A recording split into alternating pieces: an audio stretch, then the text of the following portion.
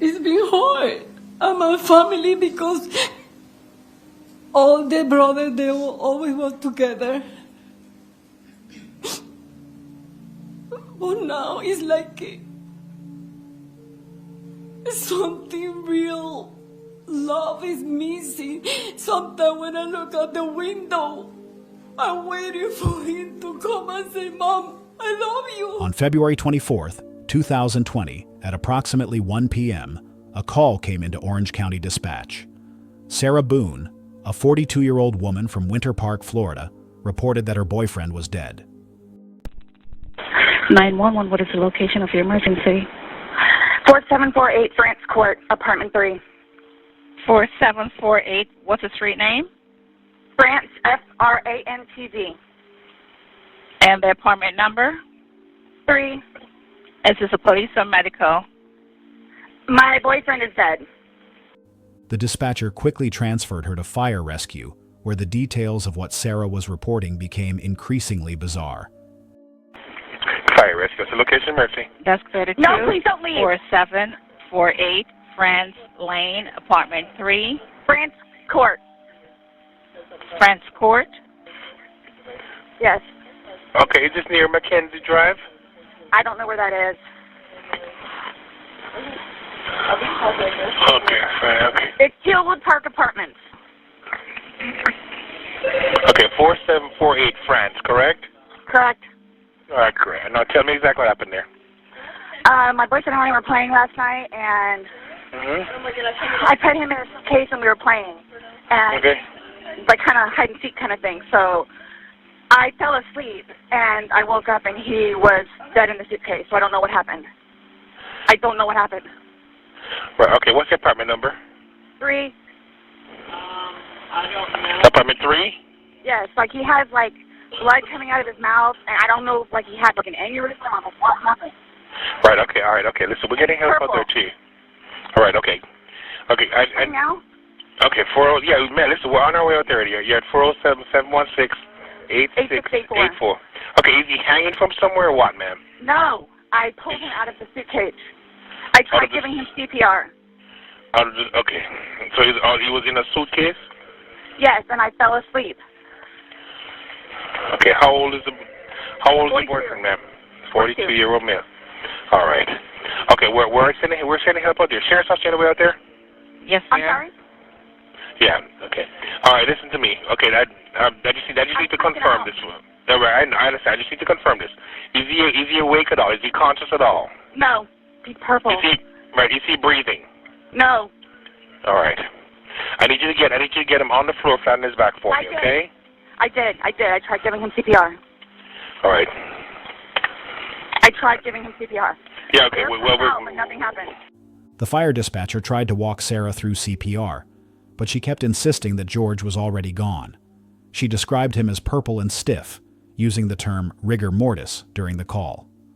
He's purple. Okay, listen to me. There's a defibrillator available. I need you to get it for me, okay? What is it? You have an AED available? No. All right. Are you right by him now? I'm sorry? Are you right by him now? Yes. Okay. Lay him flat on his... Okay, ma'am, listen.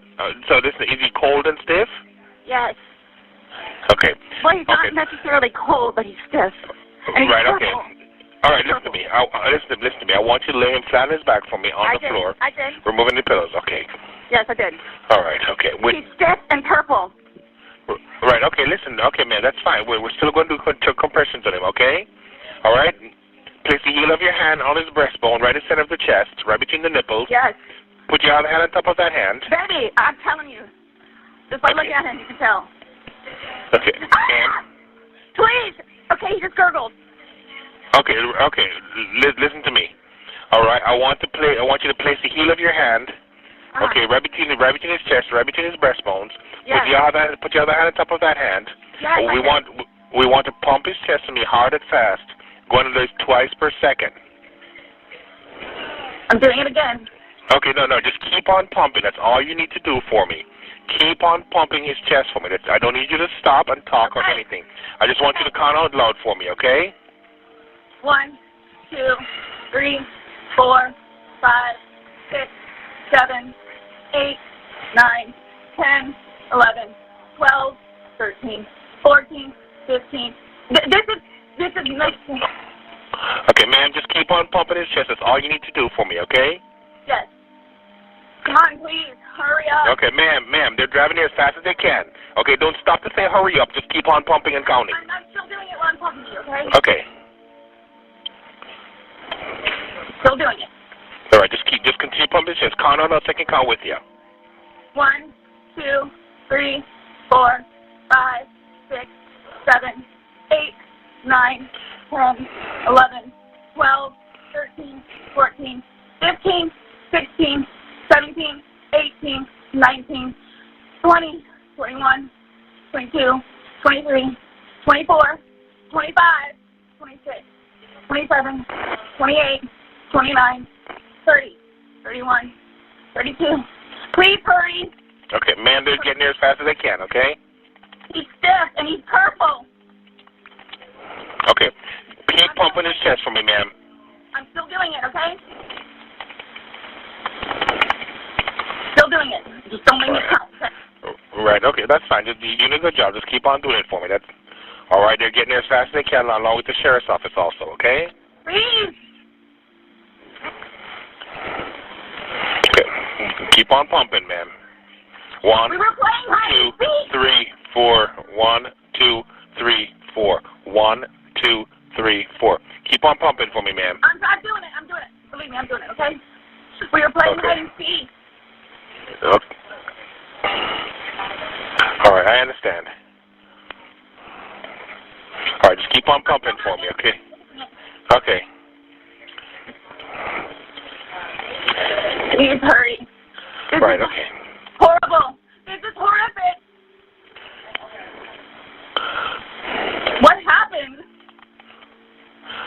Like, what happened? Okay, ma'am, just keep on pumping his chest for me, okay? They're in the parking lot. They should be up there shortly, okay? Yes.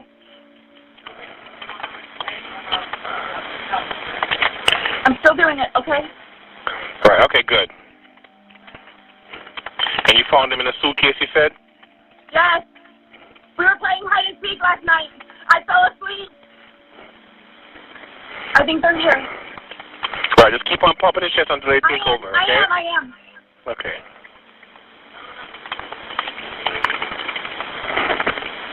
I am. Okay.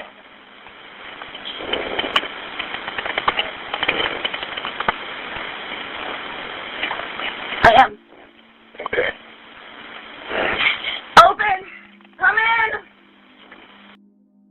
When first responders arrived at the Tealwood Park Apartments townhome on France Court, they found George Torres Jr.'s lifeless body near the front door, next to a blue suitcase.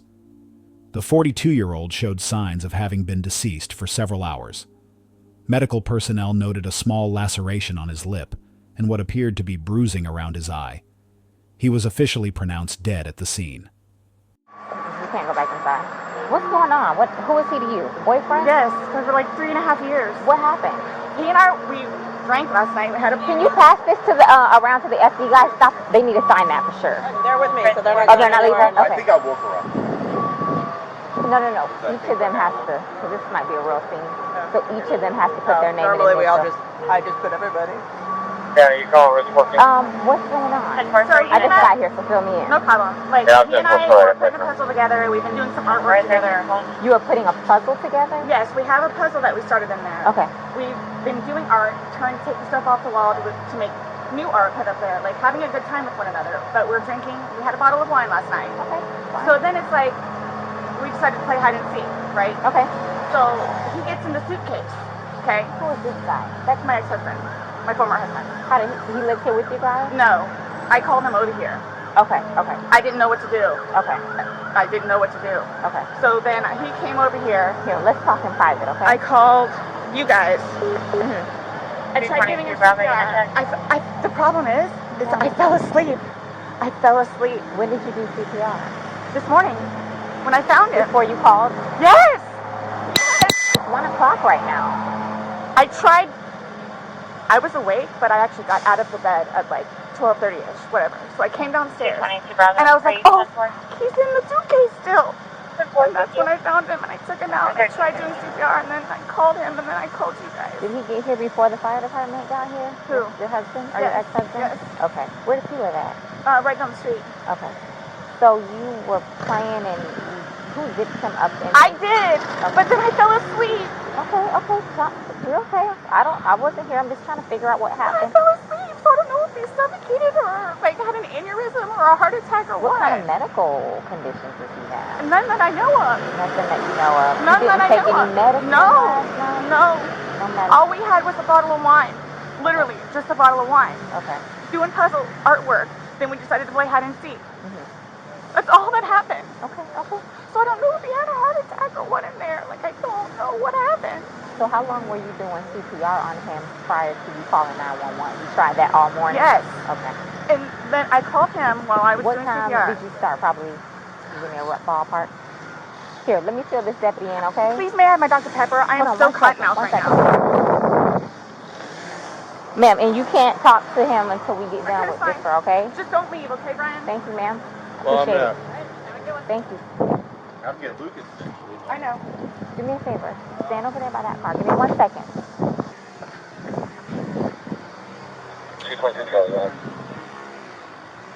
Just give us a second, okay? You or somebody else on that call and break and It's on the counter. I can't move anything from out of the house. For 20 Bravo, but Thirsty, like, I'm Here, I want you to sit down because I don't want you passing out. This is probably a lot for you to deal I with, need right?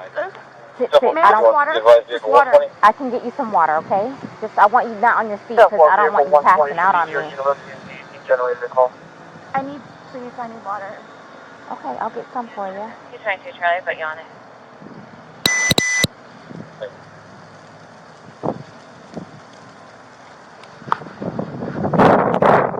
Hey, how are you? Okay, so you don't live here in this house? No. I live down in Lake Renata Cove down Lake there. Renata Cove, okay. Yeah. So kind of tell me how you came here today, or... Well, I've been calling. Come down here, we gotta talk. I've been calling since.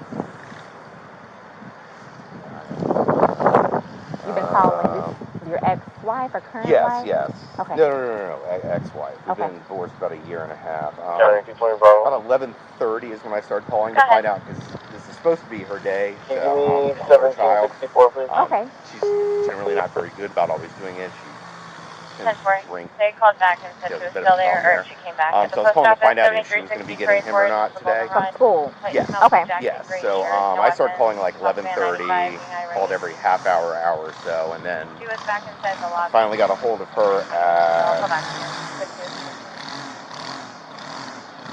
12:49, which is when she told me what was going on and if I'd come over here. So I came over. She called at 12:45. Yeah. Okay. Or 12:49. 12:49. Got over here, told her she needed to call 911, get somebody over here, and then basically she said she needed to go outside, have a drink and a cigarette. I walked back out the house because I didn't really want to Who be called? in there. Did you call or did she call? Well, I called. She called me back when I was on my way to make sure I was coming over. But I called her Give me 1 initially. second, okay? But I called her Do initially. you have water in your car by any chance? I don't think so.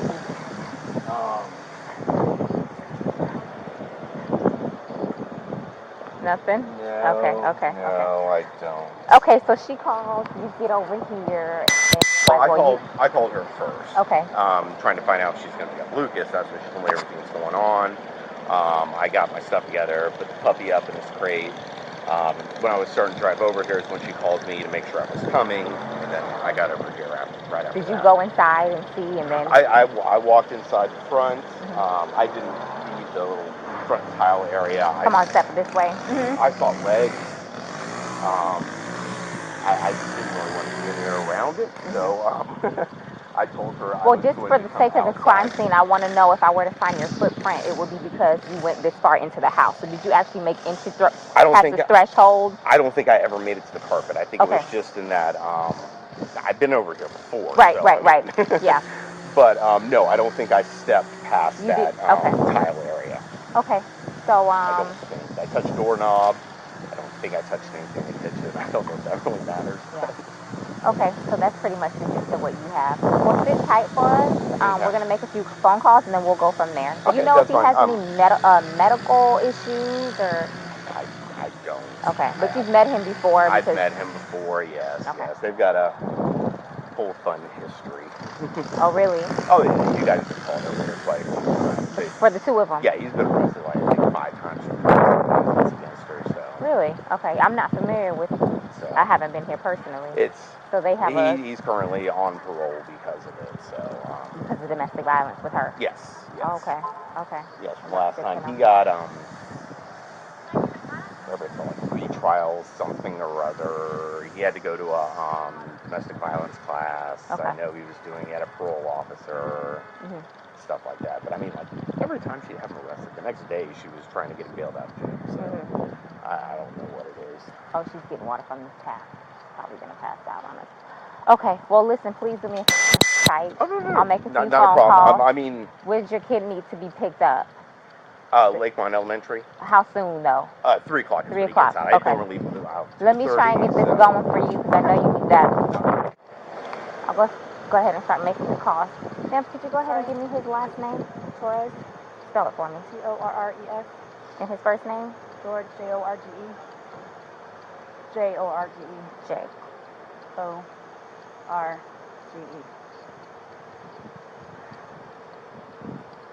His birth date? 2/13/78. And this is the boyfriend? Yes.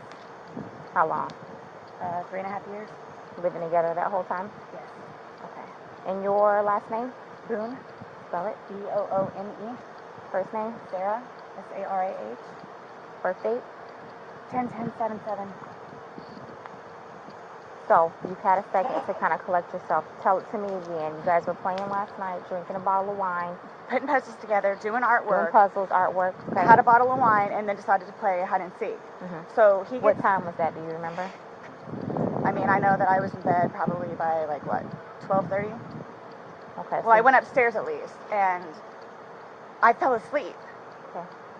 Forgetting that he was in the suitcase. So you guys were playing the hide and go seek? Yes. And at some point you put him in the suitcase? No, he got in the suitcase. So he thought it would be funny to be put in the suitcase. So I was like, okay, well, I'm going to joke with you, and I'll zip you up and make him, squirm a little bit, whatever it is. But then I fell asleep. I fell asleep. Where was the suitcase? Right where it is. Right down there? Yes. You zipped him in there? Yes. Thought he would be funny, a little joke. It was. We both were laughing about it. Okay. And then I fell asleep. Where did you fall asleep at? Upstairs. In your bedroom? Yes. Okay. Totally forgetting that he was in the suitcase still. Okay. And then you came back downstairs? This morning, or this afternoon, yes, when I got up. What time? 12:30-ish. I was awake, but I totally forgot that he was in the suitcase. He can tell you there's a lot of things that we have been going through. Jobs. Yeah, he did tell me. Life, all that good stuff. So I just totally forgot. So you began to do CPR on him? Yes. Yes. About what time this morning did you start doing that CPR? No, it was the afternoon. It was afternoon because I was awake. But then I finally decided to come downstairs at like 12:30-ish, whatever it is. And I was like, I forgot he was in the suitcase. And he wasn't moving. Nothing was happening. So I unzipped it, took him out and started doing CPR on him. He was on his way over here. I called you when he got here. Once he got here, you called us? Yes. Okay. And air was coming out and he was gurgling, but I could just tell by looking at him. But you knew how to do CPR. You were doing that on your own? Yes. Okay. And then the person that was on the phone with me also, I counted with him doing. And he's got no medical? He doesn't take any medication? I don't know. I don't know medical-wise. I know he doesn't take any medications whatsoever. Okay. The only thing, like I said, I don't know if alcohol had something to do with it, but we had a bottle of wine. Okay. All right. Here, I want you to sit back down because I don't want Can I have one more sip of water, please? Yeah, go. Sarah's initial story to responding officers seemed straightforward enough. She and George had been drinking wine, working on puzzles, painting, and listening to music. They decided to play hide and seek. George climbed into the suitcase and she zipped it closed before going to bed. She claimed she left a small opening and assumed he could get himself out. When she woke up and came downstairs around 12:30 p.m., she discovered him still in the suitcase and attempted CPR before calling her ex-husband Brian, and then 911. They're coming out now. I'll get you somebody, okay?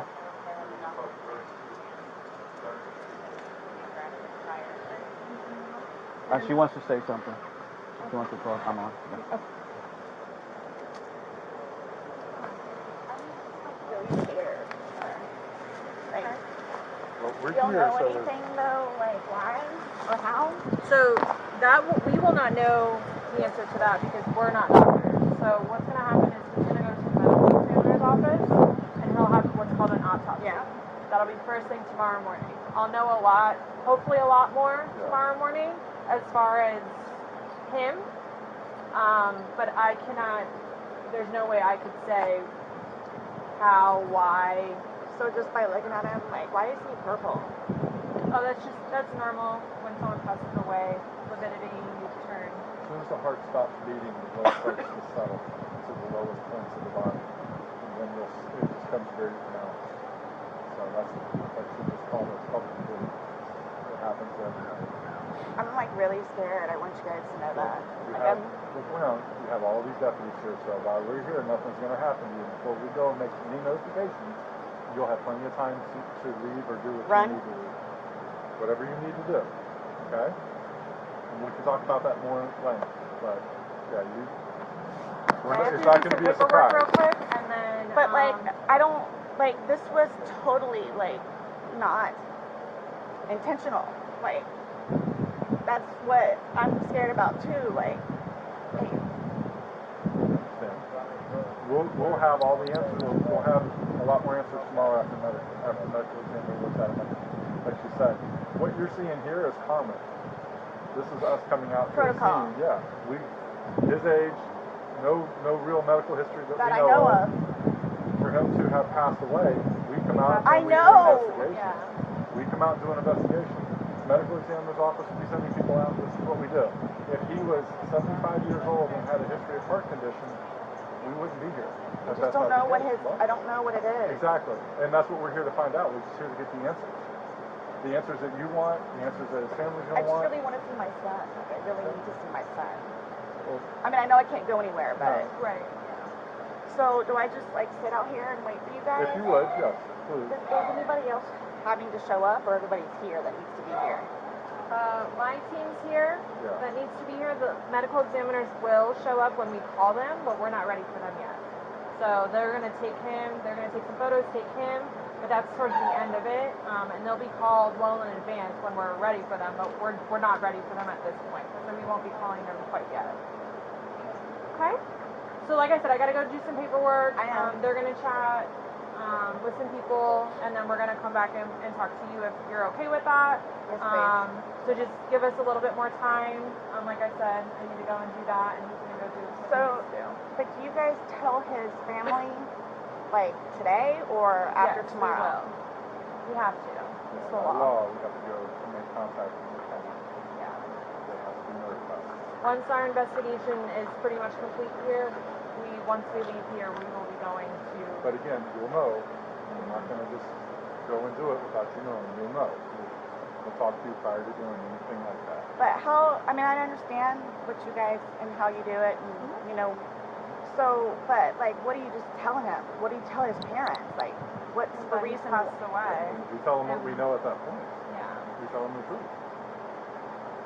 And that we're going to be waiting for the autopsy results, and I will be at the autopsy in the morning, and hopefully the doctor will be able to give me some of what they think and see. Yeah. We'll give them their number. They can contact them and get it from them. But yeah, they're gonna know what we're here, what we're investigating, and that they're gonna think I killed him. Why would they think that? They always have said that. They've always have said that. What have they I said? told you it's because I'm the blue-eyed white dragon. That's what they call me. Because they don't want him with me. So he's basically just not really been around his family because he chooses me over them. Even after I've encouraged him numerous times to go over there and see his family. They've never accepted me, and they've always been really unforgiving, where they've never accepted me, and everybody in his family has tried to kick my ass, so especially his sister. He had to pull her off me one time. Do you have somewhere safe that you can go tonight? Both my parents are deceased, my grandparents are deceased, and my aunt and uncle are deceased. I got nobody. I have a brother that's in the Marines, and I've got another one that's in jail. Unless Whether that's Marine, is he local? No. Well, he's in Altamont, but I think he's doing whatever Marine thing he's doing. But the only way... Your phone's inside, correct? Yes. Does he have a phone? No. He doesn't have a phone. He used my phone. He uses your phone. Yeah, we Okay, did it share a together. phone. So the only place I could go is over to Brian's house. So I don't think he'll have a problem with it. Okay. So, well, like I said, we're not going to leave here. If you do not feel safe, we are not going to leave here with you not feeling safe, because then we're liable. and then his ex-wife in Philadelphia, well, she's in Philadelphia, but yes. there's going to be a funeral. Right. That you're talking like days and weeks possibly No, in advance, and I'm talking right here, right now. I know. So let me do my investigation. Let me go do this paperwork that I'm talking about, because we can go back and forth about what ifs like all day long. I know, sorry. I promise we're not going to leave here for you and you not feel safe. Okay? I promise. Please. Okay. Is this... I don't even know what to tell you. It's okay. Just take a seat, have some water, give us a few minutes, let us do our thing, and we'll be back to talk to you, I promise, okay? Like you said, you need us again, just let them know. Okay. Thank you. Okay. Thank you. You're welcome. The officers at the scene weren't immediately certain they had probable cause for an arrest. Sarah's explanation, while unusual, could potentially have been an accident involving alcohol and poor judgment. However, they asked Sarah if she would consent to a forensic download of her cell phone. She agreed, a decision that would prove catastrophic to her version of events. What investigators found on Sarah's phone would completely contradict her story of a playful game gone tragically wrong. 2 video files showed a very different picture of what happened that night. The recordings would reveal not laughter and fun, but something far more sinister. The digital forensic investigator began processing Sarah's phone right there at the scene. As the files were extracted and examined, it became clear that this was no accident. The videos showed George trapped inside the suitcase, calling Sarah's name repeatedly, telling her he couldn't breathe. But instead of helping him, Sarah could be heard taunting him, her voice dripping with anger. The first video began recording at 11:12 p.m. on February 23rd. In it, George's muffled voice can be heard pleading for help, while Sarah responds with hostility. Her slurred words carried a tone of retribution rather than playfulness.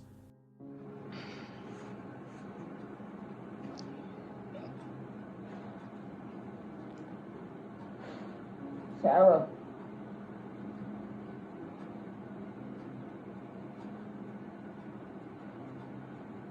For everything you've done to me. Sarah. For everything you've done to me. Sarah. Sarah. Sarah. Stupid. Sarah. That's my name. Don't wear it up. Sarah. I can't fucking breathe, babe. Seriously. Yeah, that's when you do when you choke me. Sarah. Sarah.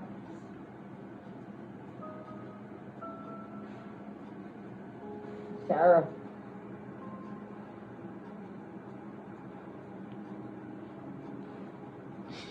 Sarah, I can't breathe, babe. That's on you. Sarah, I can't breathe. It's on you. Sarah.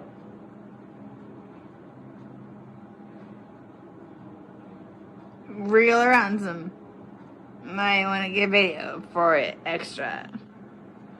Because I got this. Sarah. Reel around Sarah.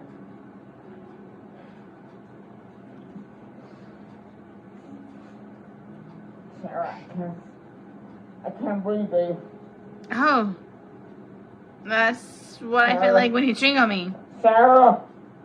I can't breathe, Sarah. Yeah. You should probably shut the fuck up. Sarah.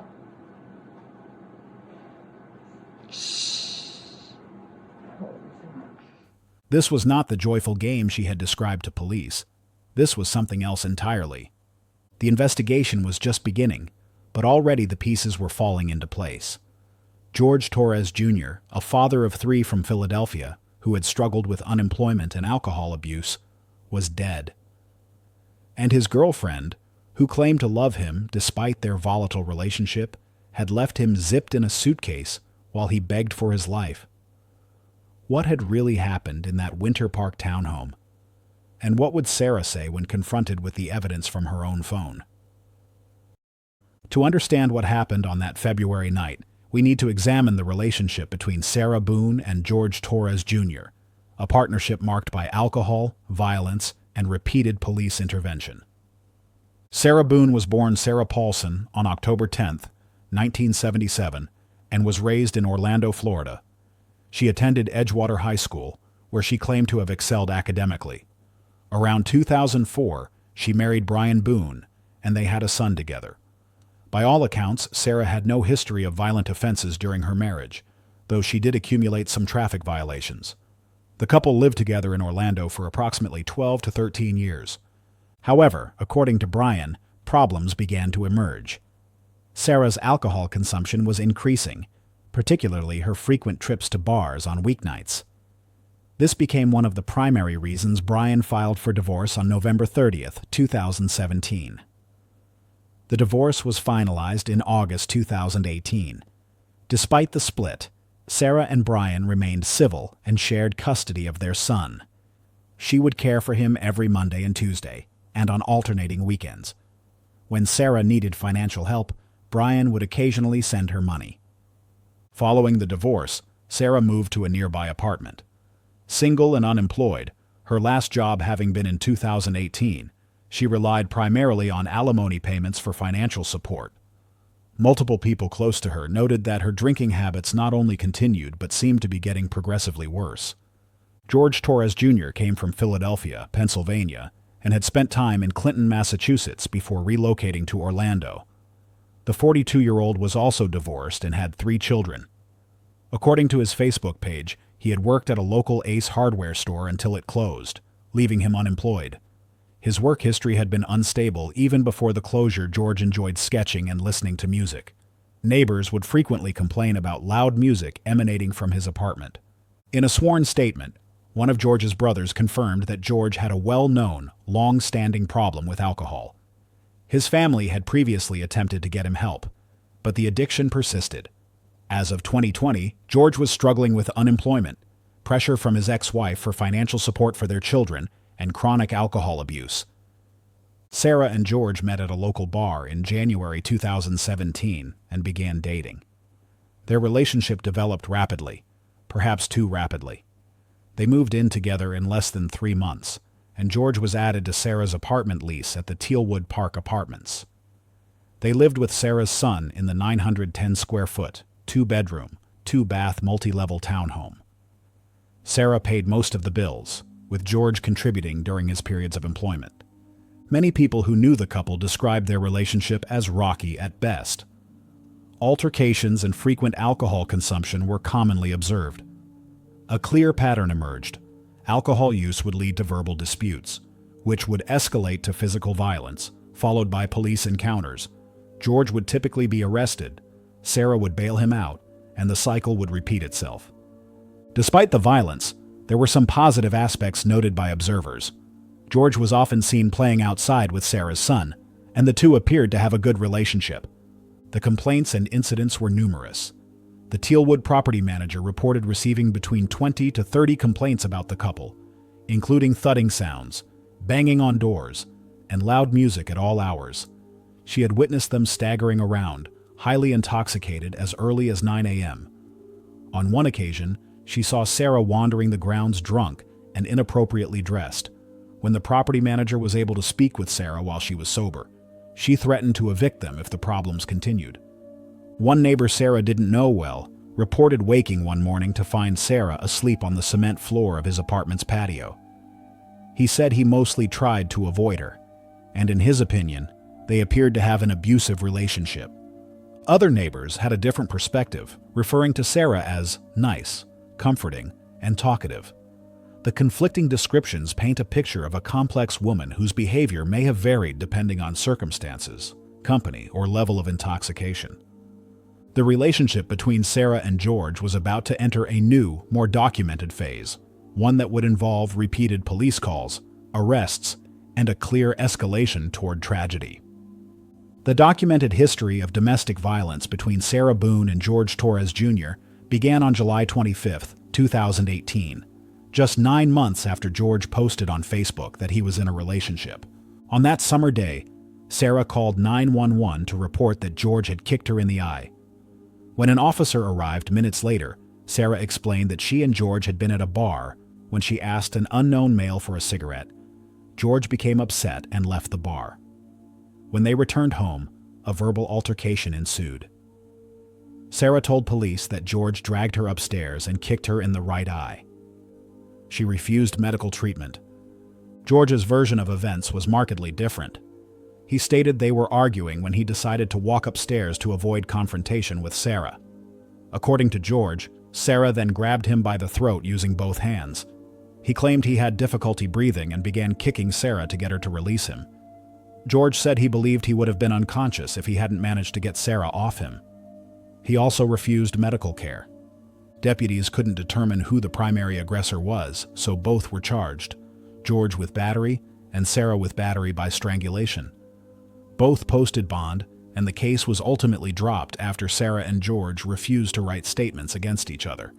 It was the first documented incident, but it would establish a pattern that would repeat with escalating frequency. Nearly a year passed before police returned to the residence on June 15, 2019. This time, Sarah called 911 claiming George had become angry with her for talking to another man. She alleged that George struck her on her head, face, legs, and arms while threatening her life.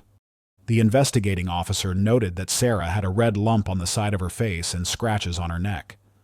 Though she refused medical treatment, she filled out a domestic violence worksheet and said she was willing to testify this time. George denied hitting Sarah but was arrested for battery and booked into jail. True to her word, Sarah testified in court. George was conditionally released with orders to avoid consuming alcohol or drugs, have no hostile contact with Sarah, and maintain a separate residence. The court orders proved ineffective.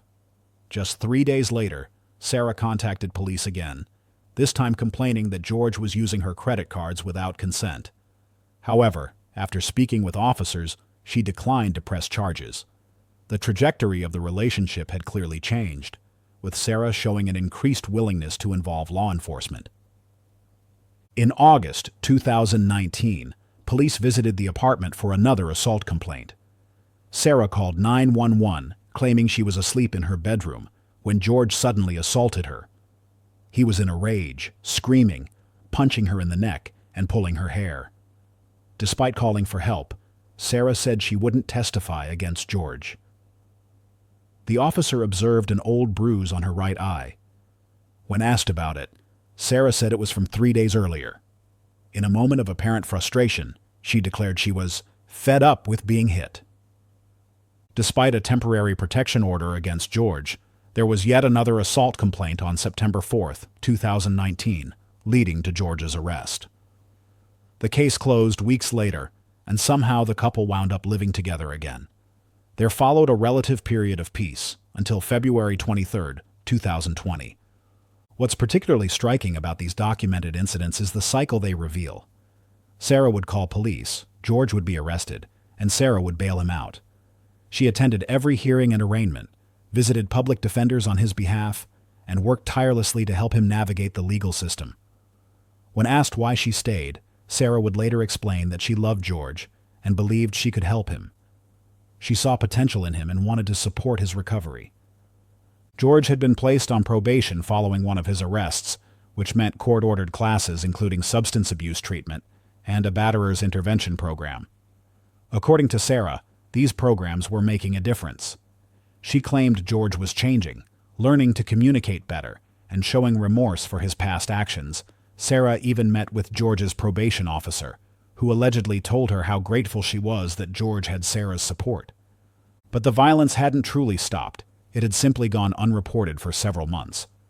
The dynamics of their relationship remained fundamentally unhealthy. Both struggled with alcohol. Both had demonstrated capacity for physical violence, and the pattern of behavior suggested that another incident was inevitable. Sarah's neighbor, whose unit shared a wall with hers, would later provide a crucial detail. Sometime between 10:30 and 11 p.m. on February 23rd, he heard a very loud crashing sound from Sarah's apartment, as if something had fallen down the stairs. While he occasionally heard thuds from that unit, this was different, violent enough that he felt the wall shake. What caused that crash? Neither Sarah nor George would ever be able to explain it. But it occurred around the same time that Sarah claimed they were having a wonderful evening together, drinking wine, working on puzzles, and playing innocent games. The truth was about to come out, and it was nothing like the story Sarah initially told. The day after George's death, detectives asked Sarah to come to the sheriff's office for a follow-up interview. They told her it was to discuss the autopsy results. What Sarah didn't know was that investigators had already found the videos on her phone, videos that completely contradicted her account of a playful evening gone wrong. Appreciate you coming in. Yes, ma'am. I want to ask you about these whenever we have a moment. Sure. So obviously, he received his autopsy. So I'm going to read you your rights again because we have to talk about that. And since I'm talking about the incident, we just have to do it, just like we did yesterday. Protocol? Just like we did yesterday. Remember I read you the rights? Your rights? Yeah. So it's the exact same thing, but since I'm asking you follow-up questions, I need to read them to you, okay? Sure. All right. So you have the right to remain silent. Anything you say may be used against you in court. You have the right to talk to a lawyer before and during questioning without charge. If you cannot afford a lawyer and want one can be provided for you before questioning without charge. Has anyone threatened you or promised you anything to get you to talk to me? No. And do you understand what I just read you? Yes. Perfect. Detective Chelsea began the interview by reading Sarah her Miranda rights, downplaying the significance by calling it normal protocol, and comparing it to the rights reading from the previous day. This is a common interrogation technique, making the suspect feel that being Mirandized is routine and nothing to be concerned about, when in reality it means you're in police custody and should strongly consider requesting an attorney. So this morning we went to his autopsy, and we were informed of some injuries that he has by the doctor. So so he's got scratch marks to his back. I know what that's from. Okay. And it's called a contusion. Do you know what a contusion is? So like basically you're getting hit and then you get a mark from it. You'll get bruising. Like someone hit you or something like that. It's called a contusion.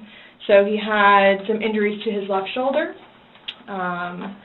He had a cut near his lip. We could see his mouth was a little I haven't laid a swollen. hand on him. Okay. Also too, he fell off my son's bike. Okay. So I don't know, and he's notorious for running into the wall or the hall tree. So Okay. What about the scratches? Because there's also sex. Yes. Okay. Because there's also like a scratch on the back of his neck, kind of going, but it's going straight across. I have no idea what that's from. And they're all recent. They occurred recently. It wasn't something that occurred post or that occurred a week ago, or 2 days ago, 3 days ago. They definitely occurred, the night leading up to when he was. In all honesty, we have not gotten into it.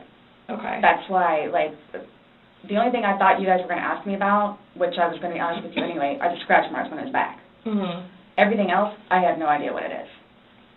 No idea what it is. Nonetheless, I've had my son over at the house too, so. Well, your son was there when? When was he last there? Oh gosh. From my understanding, he was there last Tuesday. I don't know if it was Tuesday, but yes, he was there last week. So. Well, we're talking about Sunday. Yeah. We're just talking about what occurred Sunday. Because, like I said, the injuries they occurred within that time period. So you're talking about day before yesterday. Sunday leading into Monday.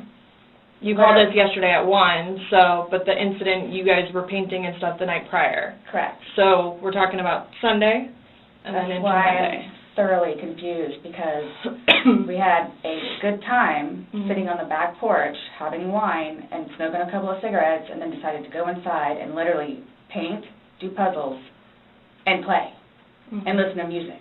That's why nobody got out of sorts. This is what's mind-blowing to me. Like, I have no clue. Nobody laid a hand on anybody. He also had, like on the left side of his forehead, he had basically bruising, and on like his head and skull. I have no idea. As if something hit him. Like I considered have not force touched him. trauma. I have not touched him. I have not touched him. Then how would you get those injuries? Tell me and we'll both know. I have not touched him.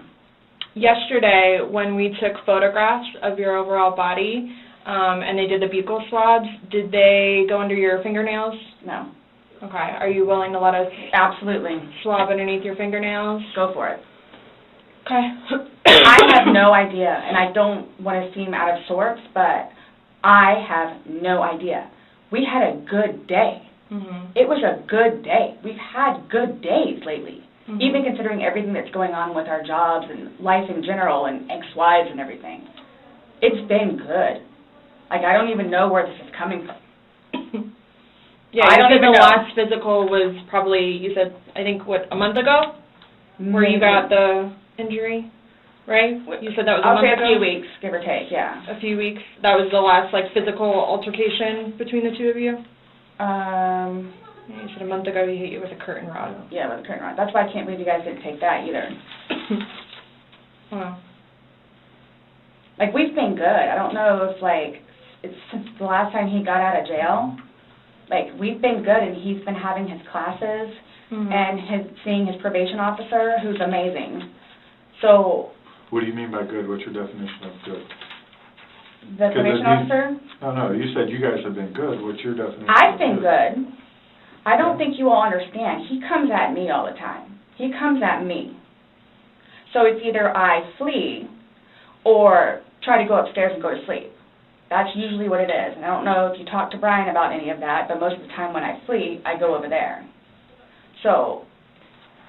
Right, but you're saying that you guys have been good, and when I asked you yesterday, there hasn't, the last incident that you could remember was the curtain rod incident, which you said was a month ago, so... Give or take. Right. So what do you mean by he comes after you? Like, he gets belligerently drunk. Mm-hmm. Like, I don't know if you all have looked through my phone yet and seen any of the pictures and the videos that I have taken. Mm-hmm. And at one point, I started documenting everything. Okay. So you all will see in my pictures bloody fingers, split foreheads, he split my nose. I've got this. Right. I don't know if Brian told you about it, where I had to have almost I had one really bad surgery, but then it got really, really, really, really bad, where I had to go like 4 or 5 more times afterwards for them to tend to it, from him poking me in the back of the leg. Right. So it's... Then why are you still with him? Everybody asks me that. When I tell you guys this, I really love him, like I do, and I feel like I can help him. Like, I feel like I could help him, which I did, because he came a really long way from where he was in Philadelphia to moving back to here and to dealing with everything else that he's been dealing with. Mm-hmm. I've really helped him. I've bailed him out of jail, 3 times. I've gone to every single hearing and every single arraignment, everything that I did for him. Gone to see all his public defenders, go to the state. I've gone to the state. I did everything for him because I'm trying to help him, because I had hope in him. And he was trying. He was really trying. And then he starts to think about things, and I think he gets overwhelmed, and then it's like, the next thing I know, he's drinking. So it's like, oh man, I know where this is going to go, so I'm going to go upstairs and read a book, or I'm going to go for a bike ride, or I'm going to do something else. Or I don't want to drink. I don't want to drink. The occasional wine, whatever, or if it's a weekend, that's when you have a good time. You don't have to wake up the next day. I have to wake up the next day and do things. I have to tend to Lucas. I have to take him to school. I have all this stuff to do. He doesn't know how to, I guess, maintain himself, where I can do 50 things at once and still know the 50 things more prior that I need to get done. He can't process like that. He didn't process like that, so he would literally, not literally, but have smoke coming out of his ears. So the next thing you know, he doesn't want to deal with it. I'm going to go get something to drink. So the majority of the time, I would hang out outside or do something else because I don't want to drink. And every time, his job broke his heart. And it made me sad because he had so much pride in his job. And the store that he took care of so much totally went downhill. Mm-hmm. And that broke his heart because he had put so much work and effort into fixing it up. And his manager was awful and basically gave up on all of the employees. So I think that had a huge bearing on why he would drink so much. His ex-wife is bonkers. Mm-hmm. She was all over him all the time. Send me money, send me money, send me money. How can I send you money when I don't have a job? And he's still trying to take care of me and Lucas by paying a bill here or there, getting some groceries. So he always had something on his mind, which is why, again, I got the puzzles and the paint to try to get him off of it so we don't have a drink, or he doesn't have a drink. So when you all see my phone, you can see all of the damage he has done to me and the videos of him smashing my television because he's belligerently drunk. Where most of the time, I just don't want to be there. And I try to help him. I try to calm him down. Mm-hmm. Eventually, he just passes out. Well, yesterday it made it sound like you guys were just drinking like a glass or two. Like, yeah, you obviously had the bottle, but you told me on you told me on recording like that you were not drunk, he was not drunk, you guys were having a good time. I can't get drunk. Number one, I do not want to get drunk. I don't like being non-compos mentis, having my wits about myself. I don't like feeling out of control. Mm-hmm. So I'm just saying you're making it sound like he's a raging alcoholic today, and yesterday I was kind of asking you those questions, and you're like a little defensive, like, no, we're not alcoholics. I'm not. We are not, you know. But you guys were both sober on Sunday, to your knowledge, because when I said you went and passed out, you were like, no, I didn't pass out, I just fell asleep. So now it's kind of like, what is it? Were you guys drinking and it got out of hand and it got physical? No. Or is it... Sunday was one of the better days that we have had in quite some time. He's dancing with my dog. You can see that, too, on the pictures, him loving the dog. He loves the dog and dancing around, having a good time, and just being happy kind of thing. He doesn't know, I can get like maybe 2-3 glasses of wine, and I'll be fine. But I have to have my wits about myself because I don't know what to expect. Well, let's talk about Sunday. What was Sunday? How were you, like, how many glasses of wine did you have? How many glasses of wine did he have? The bottle was gone. I mean, I don't know if you poured any out. Yes. No, that was from previous. You said that there was a half bottle left over. Yeah, about this much. Mm-hmm. And then that you had I don't even know how the wine, how'd you guys get the wine for Sunday? I'm guessing he went to Publix. Does he leave the house and you stay home, or do you go to Publix? Sometimes I'll go with him. Okay. Did you go with him Sunday to Publix? So most of the time what happens is, because the convenience store where we get cigarettes is here, and then Publix literally is cattywampus to it. Okay. So what he'll do is he'll start, go by Publix, and then on the way back, catch the convenience store. Okay. So is that what he did Sunday? I'm guessing that's what he did, because the next thing I know, he's walking in with a bottle. Okay. So it's him trying to be nice, so I don't have to go out and do it. Plus, there's stuff that are around the house that I had to take care of. So that's usually what will happen. Or I'm folding laundry and he'll go run out and do whatever. Okay. So, where were you guys at on drunkenness, not drunkenness on Sunday? You told us you weren't drunk. No, I was not drunk. Right. I was not drunk. So with him, I don't know. I know when it's like, oh, okay, man, where I have told him, slow down. It's starting to catch up with you. Slow down. Slow down. And another thing, too, is I don't like listening to music with him because he gets too involved in the music, and the music that he listens to is a little rough around the edges, and, like, just, it makes me fractious listening to his music. So I kept asking him, let's just you and me talk. You and me will just be the ones that are talking, which was fine, because, I mean, we were playing with the dog, whatever, and then it's like, okay, now let's do the painting. We just did the puzzle, took a break, now let's do this. Sure enough, sat down, we're sitting in there talking, laughing, talking about new movies, we're watching movie trailers while we're doing painting and all that other stuff. So it's still background noise to him, because I think that's what he's used to, is having background noise. Where me, I can sit in here all day with not a peep. But he always has to have some kind of background noise, which I didn't mind because the trailers were cool. And he was interested in showing them to me, getting excited about movies that were out or upcoming. Okay. So on your laptop you're talking about? Mm-hmm. Like, okay. And I mean, and then it was... But you said it was a good day, like you guys didn't have any conversations about your relationship? You guys didn't go down, like, the rabbit hole, like, had too many to drink, and you guys start getting... Nope. When I tell you this, it made me so happy that he actually listened to what I had to say with just, we'll get through it.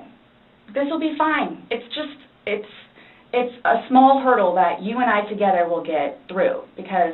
I'm talking about the money, jobs, daughters, yes. Nothing relationship-wise, though. Like, no issues, did you guys have a conversation about your relationship, or was it just about, just like, what's going on right now? Got it. I try to evoke it from him so he gets it off his chest, because I call him the volcano, where eventually he's going to erupt. Right. And what he has learned in his classes is to communicate, which is a huge thing in a relationship, where he has been practicing communication. So he actually talks to me about things and unburdens himself. Put it on me. I'll sit there and try and figure it out for you, like I have almost everything. Not a worry. Just tell me. Get it out of you. Right. But it was, when I tell you, I was so happy. Like, it was such a good day. I kid you not. The weather was beautiful outside. I'm the one that had him go inside so we can do puzzles and painting and listen to music or whatever else he wants to do. So then he starts doing whatever it is we're doing together in the living room, and then starts talking, because I think he gets comfortable with, okay, you know what, we're here, it is a good day. Let me go ahead and explain myself. So I know. Nobody else knows, but I know. Nobody knew George better than I did. I say that I knew George better than himself. And I tried in every way, shape, and form. Ask everyone. I helped him. I took care of him. I miss him a lot, and I didn't even sleep last night.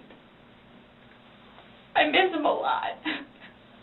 I mean, is there any chance it got to be too much for you and you couldn't handle taking care of him and... I never stopped. Trying to... I never stopped. Okay. That's what I'm here for. I never stopped. I'm here now because I'm still trying to help him. Yeah, we just don't, I mean, it's unexplainable how he got these injuries, and... I have no idea. You were the only one with him. 100% right hand to God. I have no idea how he got them. Nobody touched anybody. Nobody touched anybody. Okay. You had mentioned that you would take photos, videos, just kind of like a proof and just in general. Yeah, I started documenting at one point, but that was way before, I think, the last time that he got arrested, where he was flying off the deep end. Okay.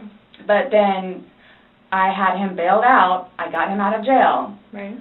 But because he had violated the pretrial diversion, this time it's probation, so you don't have a choice in it. You have to go to see your probation officer. You have to go to these classes. It's court-ordered. Where it took him a while to get used to it and understand, they're not messing around. I even went down and met his probation officer, which I say, she's wonderful. That's one of my questions, too, I need to talk to you about. Hugged me and said how much she knows that I take care of him. She called me personally one time when George was at work, when he was working. 42-minute phone call. She and I just saying how grateful she is that George has me. And she knows how hard I'm working to help him, just as she is and just as the classes will.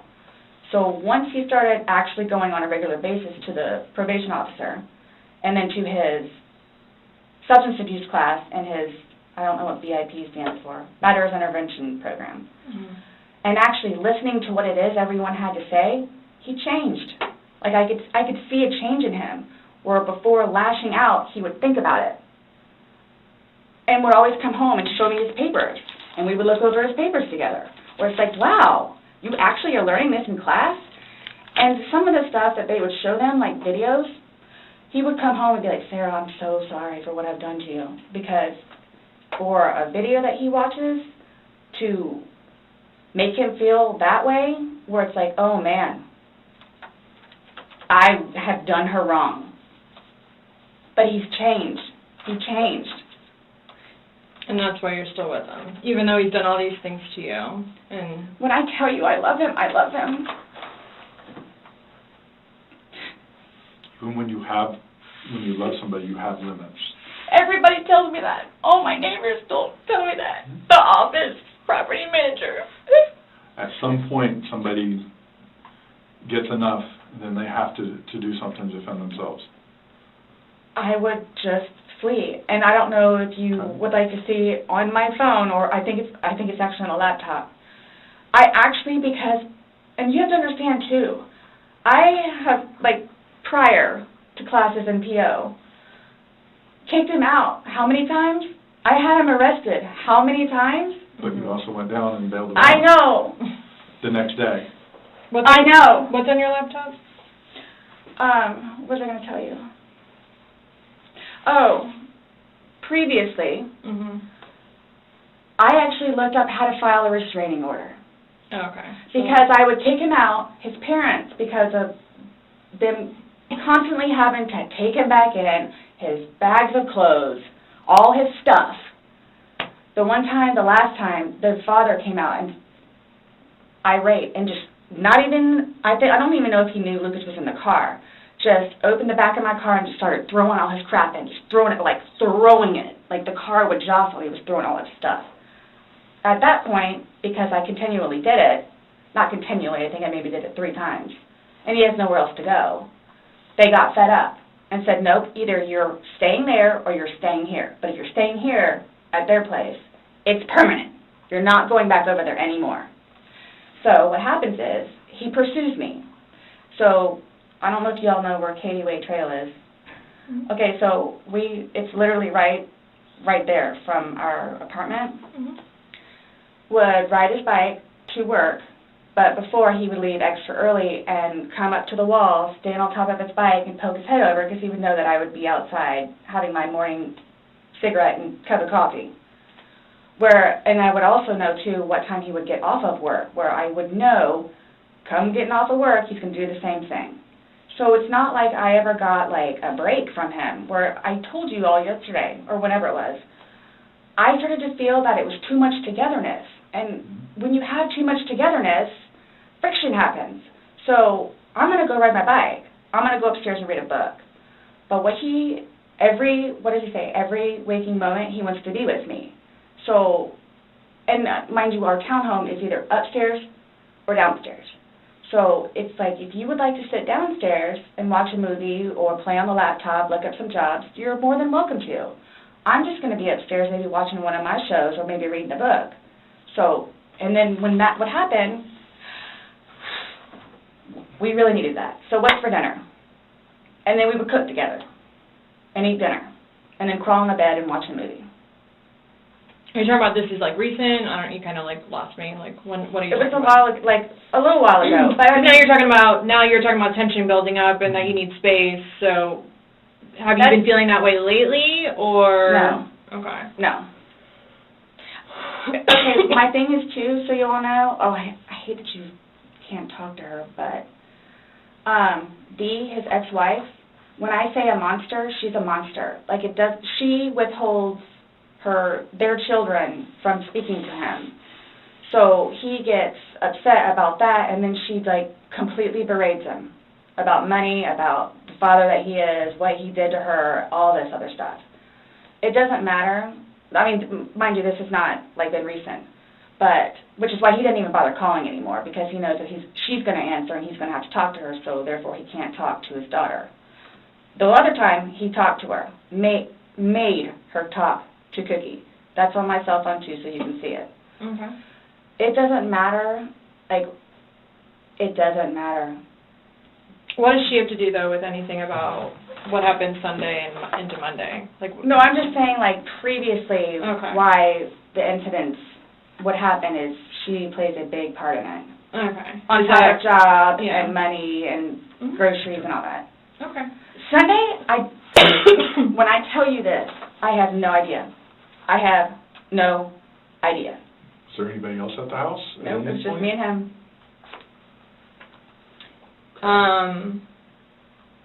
Since talking yesterday, do you remember any timelines better? What time you guys were playing? What time he was zipped up in the luggage? What time you went upstairs? We started because we cleaned the house a little bit, did some laundry. You started the activities around 4, you said? Yes, around 4:30ish, and then... You just said that it was dark when you were playing hide and seek, and I'm just curious if you remember. But when we were outside, that's where we would start and talk about things, and then eventually I was the one that had him come inside so we could About what time, do you remember what time that was, is what she's asking. And you said you went up to bed around midnight, fell asleep around 12:30ish.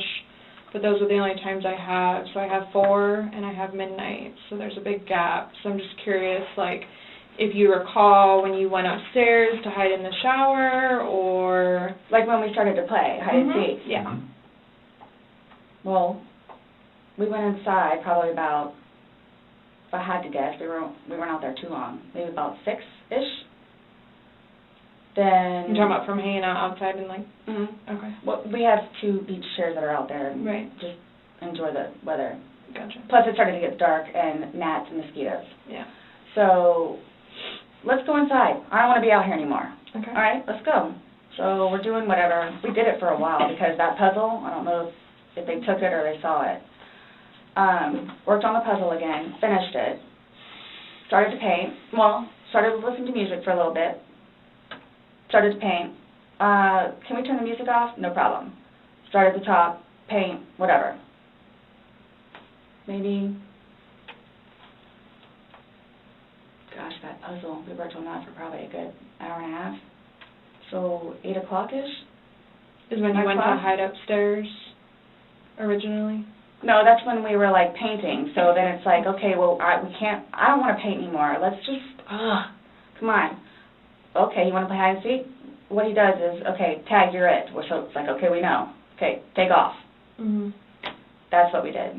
And then you went upstairs, and then he didn't come up, and you came down, and the suitcase was there originally because you guys were planning to do donations, so it was already there. Have you guys ever played you said you played hide and seek probably 3 times in your relationship. When you have played, have you ever zipped him up in a suitcase prior? No. Okay. So it was just kind of that prop was there, and it was there, and it was in play because... Why do you say it like that, though? I would never do that. You would never zip them up in a suitcase?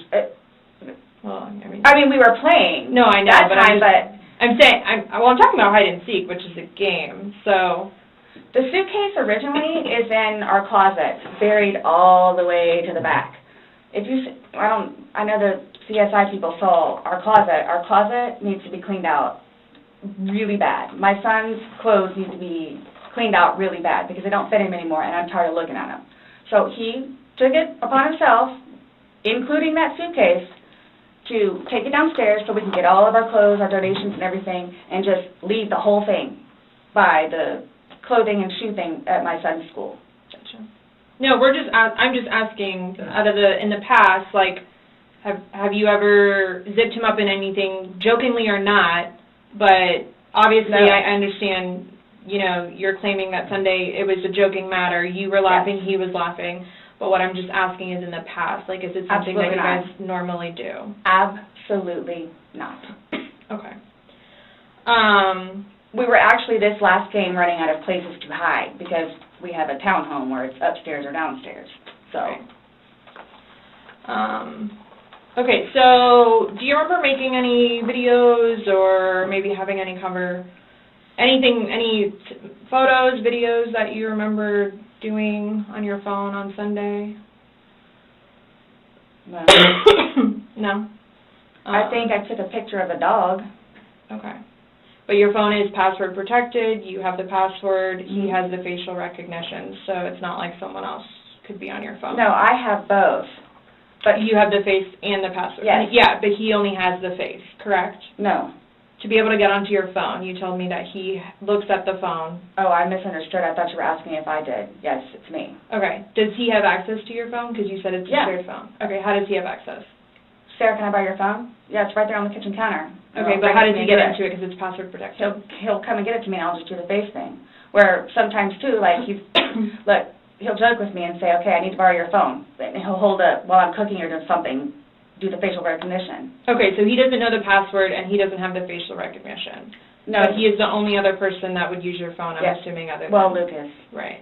But Lucas wasn't there Sunday. Right. So, to your recollection, no videos on Sunday? Not that I'm aware of. Okay. I mean, I maybe took a picture of them, the two of Tess and... The dogs. And George and them dancing, but, I mean, it's just Tess. Mm-hmm. Okay. So I have something that I want to show you that we found, and it was from your phone. Then came the moment of truth. The detectives played the video from Sarah's phone. Can you see it? If you need to move it around, go ahead.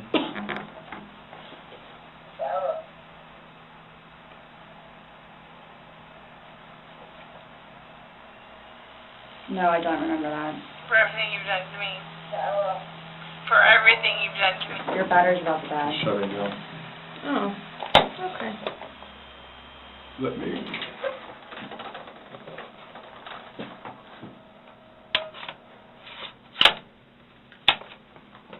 The battery doesn't last very long. Yeah, it used to last a lot longer than that. I don't know what happened. Okay. Let me just grab something. All right.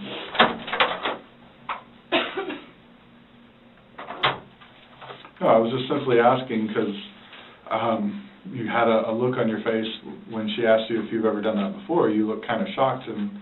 No. Okay, but why did you say it like that? Like... I don't think you all understand who I am. Okay. Well, tell me. I mean, I've always been a straight-A student. I am an outstanding mother to my son. Okay. I excel at everything. I would not do that. You wouldn't lock somebody in a suitcase? Well, I didn't, completely lock it. I mean, I opened it with one finger. I left enough in there for him to get out. Okay. And I wasn't planning on going upstairs and going to sleep. Okay.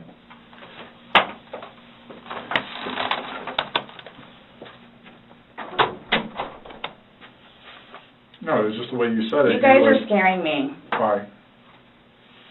Well, we just want you to watch this. This came from your phone. Don't you want to know what's on it? Yes, please.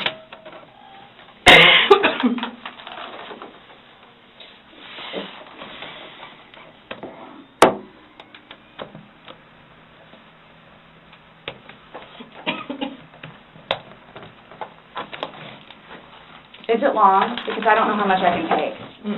No. I don't know how much I can take. I don't know how to find your...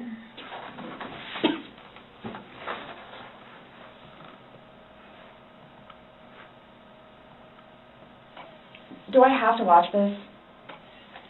I continuously throw up. I don't sleep. I don't want to see it, if that's okay. Well, it's on your phone, and you can either explain it or we take it for what it is. Yeah. We're just trying to give you the opportunity to tell us what's going on. That's it. It's that long? 2 minutes. No. For everything you've done to me. For everything you've done to me. Fuck you. And Fuck you. That's you, your voice. Stupid. Sarah. That's my name. Don't wear it up. Sarah, I can't fucking breathe, man. Seriously. Yeah, that's when you do when you choke me. Sarah. Sarah. I don't want to watch it, please. Okay.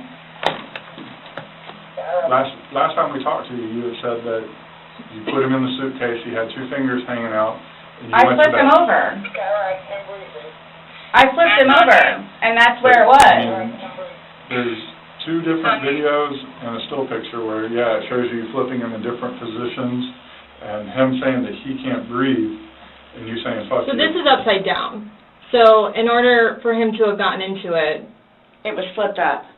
right, it was flipped up normal. Yes. Like as if you're packing something. So this is upside down. Guys, this is killing me right now. So this image is upside down, and then this small video that occurred 11 minutes later, it's flipped over the other way, closer to your dining room table.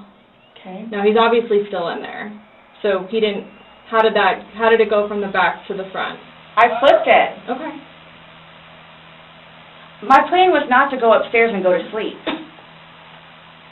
Well, that's what you did. Yeah. but not intentional though. No, you told me you went upstairs because What? you were Stop getting here. ready for bed. Stopped here. Okay, but Where's here? Confronted with this evidence, Sarah's story began to change. you were Stop getting here. ready for bed. Stopped here. Okay, but Where's here? show me where you can see any fingers coming out, because there's the end. It's, and his head's right here. Mm-hmm. So going like this, rather than going all the way up, it's like this. But why is he saying I can't breathe, and why is he pushing on it as if he can't get out? And it doesn't show a hole. There's no gap. hole. There's no fingers. I don't see his fingers. There's no hole.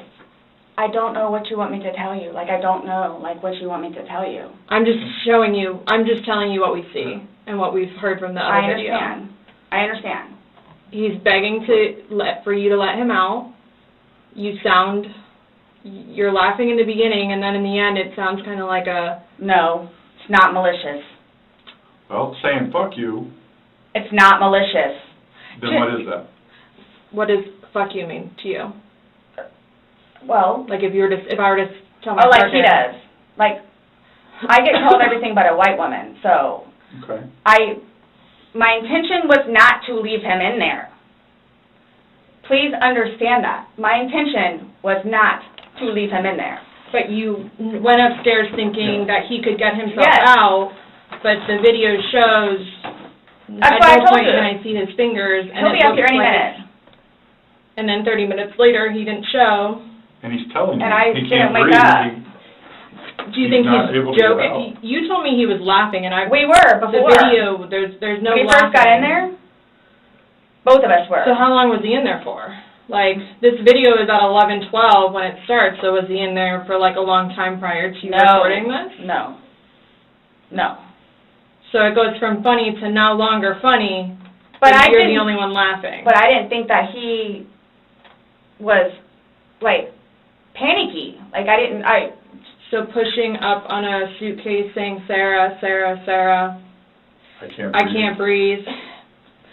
George has done that in the past before, too, where it's just like he thinks that he's woe is me kind of thing, where it's like, I Well, don't he's think- never been locked in a suitcase. That's No. where he couldn't get out. So It's kind of, I thought it was And the you know boy the oxygen crawling is wolf, coming. crying wolf kind of thing. okay. And again, my plan. But nowhere in there is he laughing, is he joking. He is begging. And you're the only one laughing, Okay. and you're the only one saying derogatory comments, like you're mad. No. Please don't, I don't mean to sound negative, and I don't know if I can say this, but, like, it's like you guys are kind of trying to, like, feed me. Like, No, I'm just trying to show you a video that you no longer want to watch because you probably don't want to know the outcome of how and what you said. well, I know what, You know what's on that video now? No. You remember making that video? oh, Why don't you remember making the video? probably because we had been drinking. But you weren't drunk. Just because I went upstairs and, Just You because told you're us- drunk doesn't mean that You told us several times that you were not drunk. You said that you had your wits about you. You said he had his wits about you. Mm-hmm. You said that you don't like not having your wits. In my experience, if somebody cannot remember doing something to the extent of making 2 videos and taking a photo, they are intoxicated. Okay. I understand where you all are coming from. Well, I we're get just it. trying to make sense of it. We're trying to get it. figure out what We're trying you're to saying. figure out this You video. explain it to us. We're listening. I just did. Like, we were playing, and then, like, I thought it was... My plan was not to go upstairs and go to sleep. My plan was not to... He'll be up here any minute. But But you again- willingly went upstairs and went to sleep. No one forced you to go upstairs and get My ready plan for wasn't bed. also to leave him in the suitcase, So why didn't you take him out? because I went upstairs, and then I fell asleep. But why didn't you consciously think, he's asking to come out, he can't I didn't do it breathe. intentionally. What do you think is going to happen if you leave somebody in a confined space like that? Well, I thought by not zipping it up all the way, it would be okay. My plan was not to leave him in the And what was suitcase, your plan? waiting for him to come upstairs. And then when he did it? I fell asleep. You said you were up there 30 minutes. After 30 minutes, somebody not coming up. Knowing that the last time you saw him was in the suitcase, 30 minutes later, you're like, maybe I should go check on him, maybe I shouldn't? No. That didn't cross your mind, because it didn't happen. That's like an assumption. Like, that's what you all are thinking. Just, We're asking. it's the whole... You tell us. It's the drinking. That's what it is. It's the drinking. I thought it was, like, I thought he was okay. Like, I didn't, He's telling you he's not. He's telling you, Sarah, I can't breathe. He's saying your name, and you're like, that's my name, don't wear it out. Guys, that's how we are with each other. Like, nobody understands our relationship. The whole suitcase thing never happened before. Would you leave someone else in a suitcase? Would you leave Lucas in a suitcase jokingly? Because it was a No. joking matter. You put him in there jokingly. Would you leave Lucas jokingly in there? And you love Lucas, right? And you love I wouldn't do George. that to him, either. I wouldn't do that to him. So, I just... Well, it's not like, again, I don't think you all understand. Like, it's not that was not my intention. Well, y'all don't have any idea what by I've your done acts, for though. him. But by your acts, and that's exactly right. You get to the point where you've done so much for somebody and they don't show you No. any appreciation. He did. Not by your words in the video. I don't get that. He did. Because you bring up the fact that when he's choking you, you can't breathe. That's how you felt when he cheated on you. You couldn't breathe. And you verbally, several times, told him cheated on me. just, fuck you. Well, you said it in the said video, it in the but you video. won't let us play the rest of it because you don't And want to... When I say told him. cheating, it's on his phone. Okay. Cheating is cheating. I And think if so, you too. Exactly. It's your definition of cheating, though, so, I mean, Yeah. that's what the word cheat means. And that's what you told him in the video. That I couldn't breathe when you cheated on me. No. That's how I felt when he said, Sarah, I can't breathe. And you told him, I don't fuck know you. what This is What would you say if somebody told you that they had done this?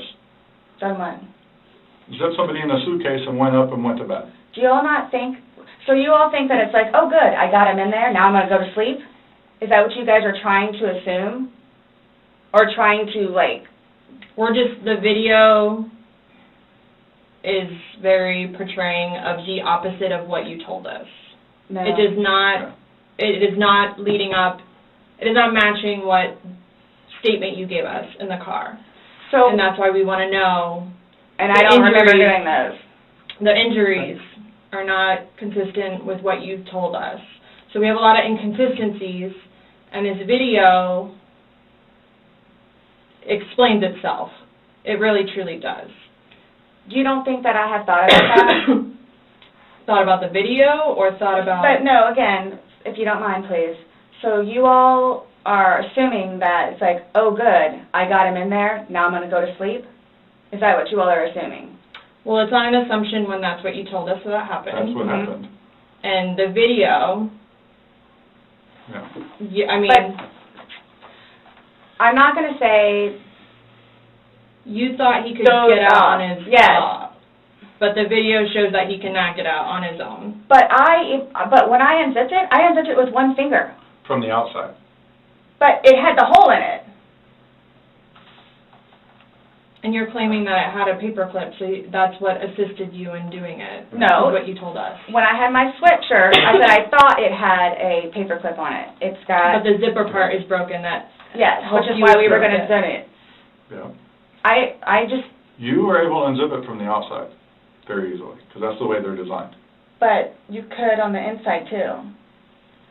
I don't know how... Well, why wouldn't he have gotten himself out if he could? I don't know. I don't know if he saw, where the hole was.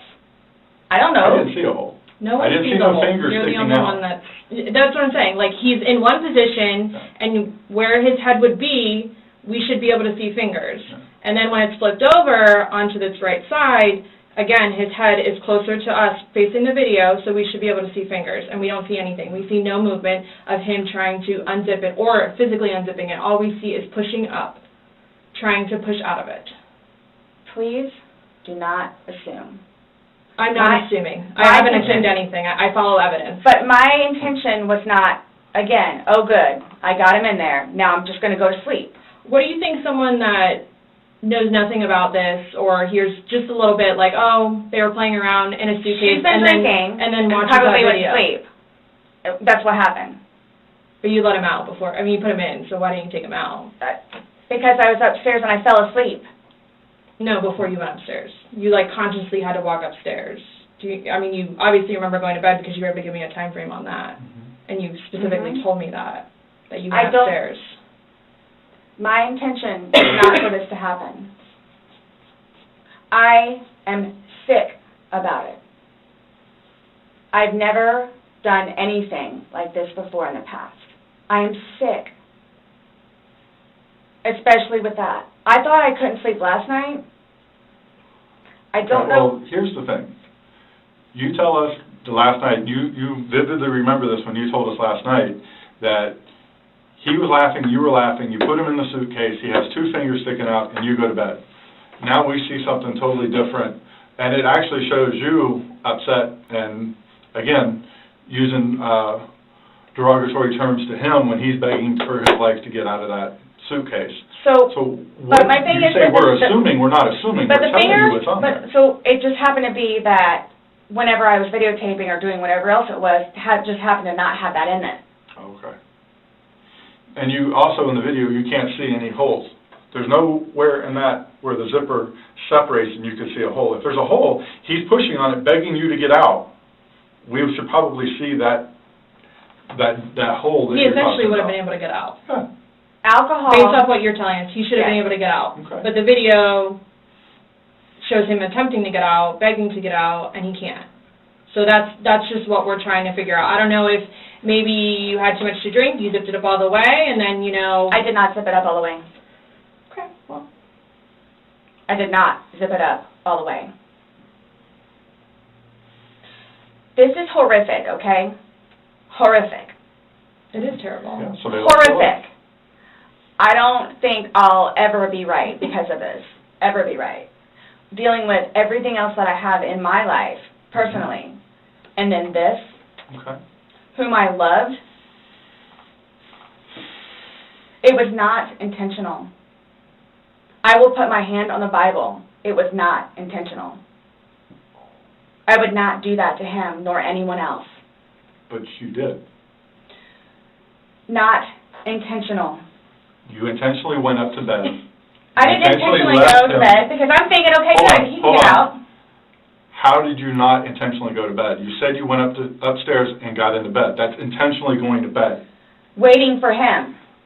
And he doesn't come, but you don't go down to check on him. So I happen to go to sleep. When I say go to sleep, And what do you doze normally do off when or you go to whatever bed? you're gonna do. What do you normally do when you go to bed? What do you mean? What is a bed for? Going to sleep. Right. So you go to But bed to obviously do you what? can tell too that, I've You been go to drinking bed also. to do what? Okay. You kept telling us, hey, I wasn't intoxicated, I wasn't this, I wasn't that. Being drunk and intoxicated, which, yes, you can tell that I had been drinking, but... Okay. So if you weren't intoxicated, then why would you ever leave somebody in a suitcase that's begging to get out, that's telling you they can't breathe? If I hadn't been drinking, you still think it would be the same thing? Where it's like, hop in, I'm going to go to sleep. Is that what you all are trying to do? To portray me as? We're not trying to do anything. I'm simply asking you to explain to me what happened. Everything was fine and dandy. I wouldn't call it fine and dandy. Was fine and dandy. Explain You all don't, okay, for me to tell you this, again, mind you, I've been without him for a day now. Mm-hmm. I don't know, I mean, I don't know what you all want me to tell you, because this was not in any way, shape, or form, hand on the Bible, intentional. Okay. So you just left him there to teach him? I didn't kill him. You left him there to teach him a lesson? I didn't mean to leave him there. That's what I'm trying to tell you. You got up and walked away. How is that not intentionally leaving him there? Because I'm looking at the hole, knowing that it's there. He'll get out no problem. Because you don't. And then he doesn't, but you don't go check on him. You say you're up for 30 minutes, and he doesn't come up. You don't go down and check on him? I'm in the bed. You even moved. And off. You admit to moving the suitcase, like, over. So you roll it. You roll it over. Like, it's not like... I didn't want it to be like that. Don't... You didn't want him to be upside down? How do you even get upside down? Right. You guys are killing me right now. I just want you to hear... That's how he talks to me most of the time.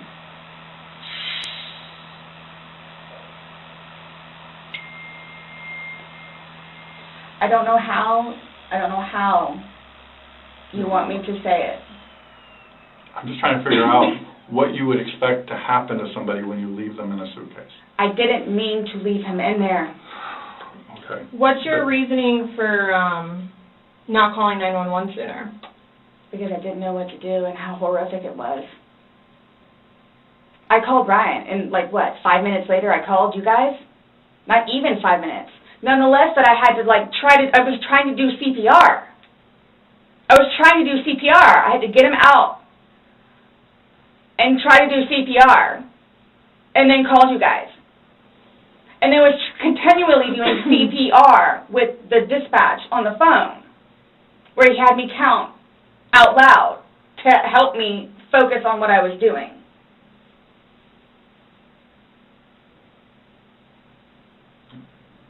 It just, I don't know how, I mean, you can sit here all day long and say, I thought he was going to get himself out, but he didn't, and you went upstairs, and you stayed there for 30 minutes before you fell asleep. But can I say, too, You chose not to ever at any point during that 30 minutes walk back down and check on him. No, wait 1 second. Because I know, with you all, and then, because you continually ask me, time frames, where I told you, I don't bother even looking at the clock most of the time. So it's a guesstimate. So for all I know, maybe it was 10 minutes. Okay. But the point is, you left the living room where he was begging for help and went upstairs. Regardless of how long you were there, you left. You say, I thought he was the boy calling wolf. Again. Okay. So when he asked to be let out, what's your reasoning for not letting him out? When I was upstairs? No, when he's asking on the video. He asked multiple times. He asked to be let out. I can't breathe. Why didn't you let him out? Well, number one, I had no idea it was going to end like that. Okay. Number one. Okay. Number two, just, you know what? I'll give you 5 minutes or so in there. They'll give you 5 minutes or so. 5 minutes for what? Well, based off the video, one video is at 11:12 and the next one's at 11:23, so you actually gave him at least 11 minutes per video recording.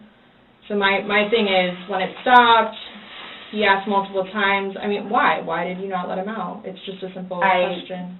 To be honest with you, I mean... Were you punishing him?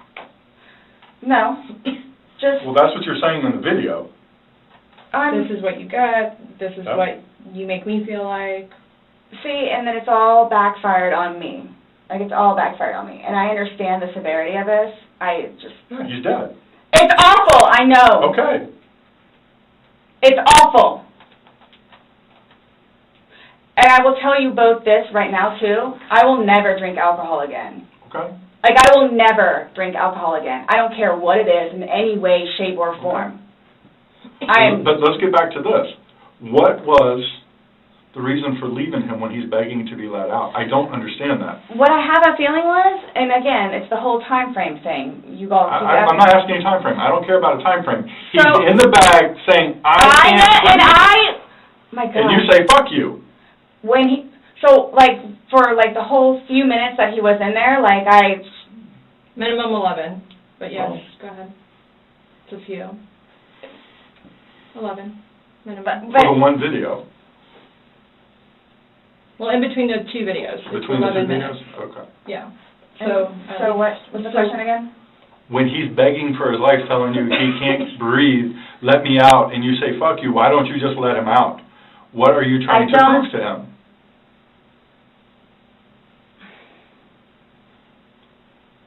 There was obviously something in your head that you were thinking of when he was asking to be let out, and you're like, Again, it's the boy calling wolf. Okay, but where does this game end? You say this is a game, you got somebody in Obviously, there. the wrong way. So what was your intention for leaving him in there? And it's not fair. It is not fair. You guys are trying to, again, he's in there.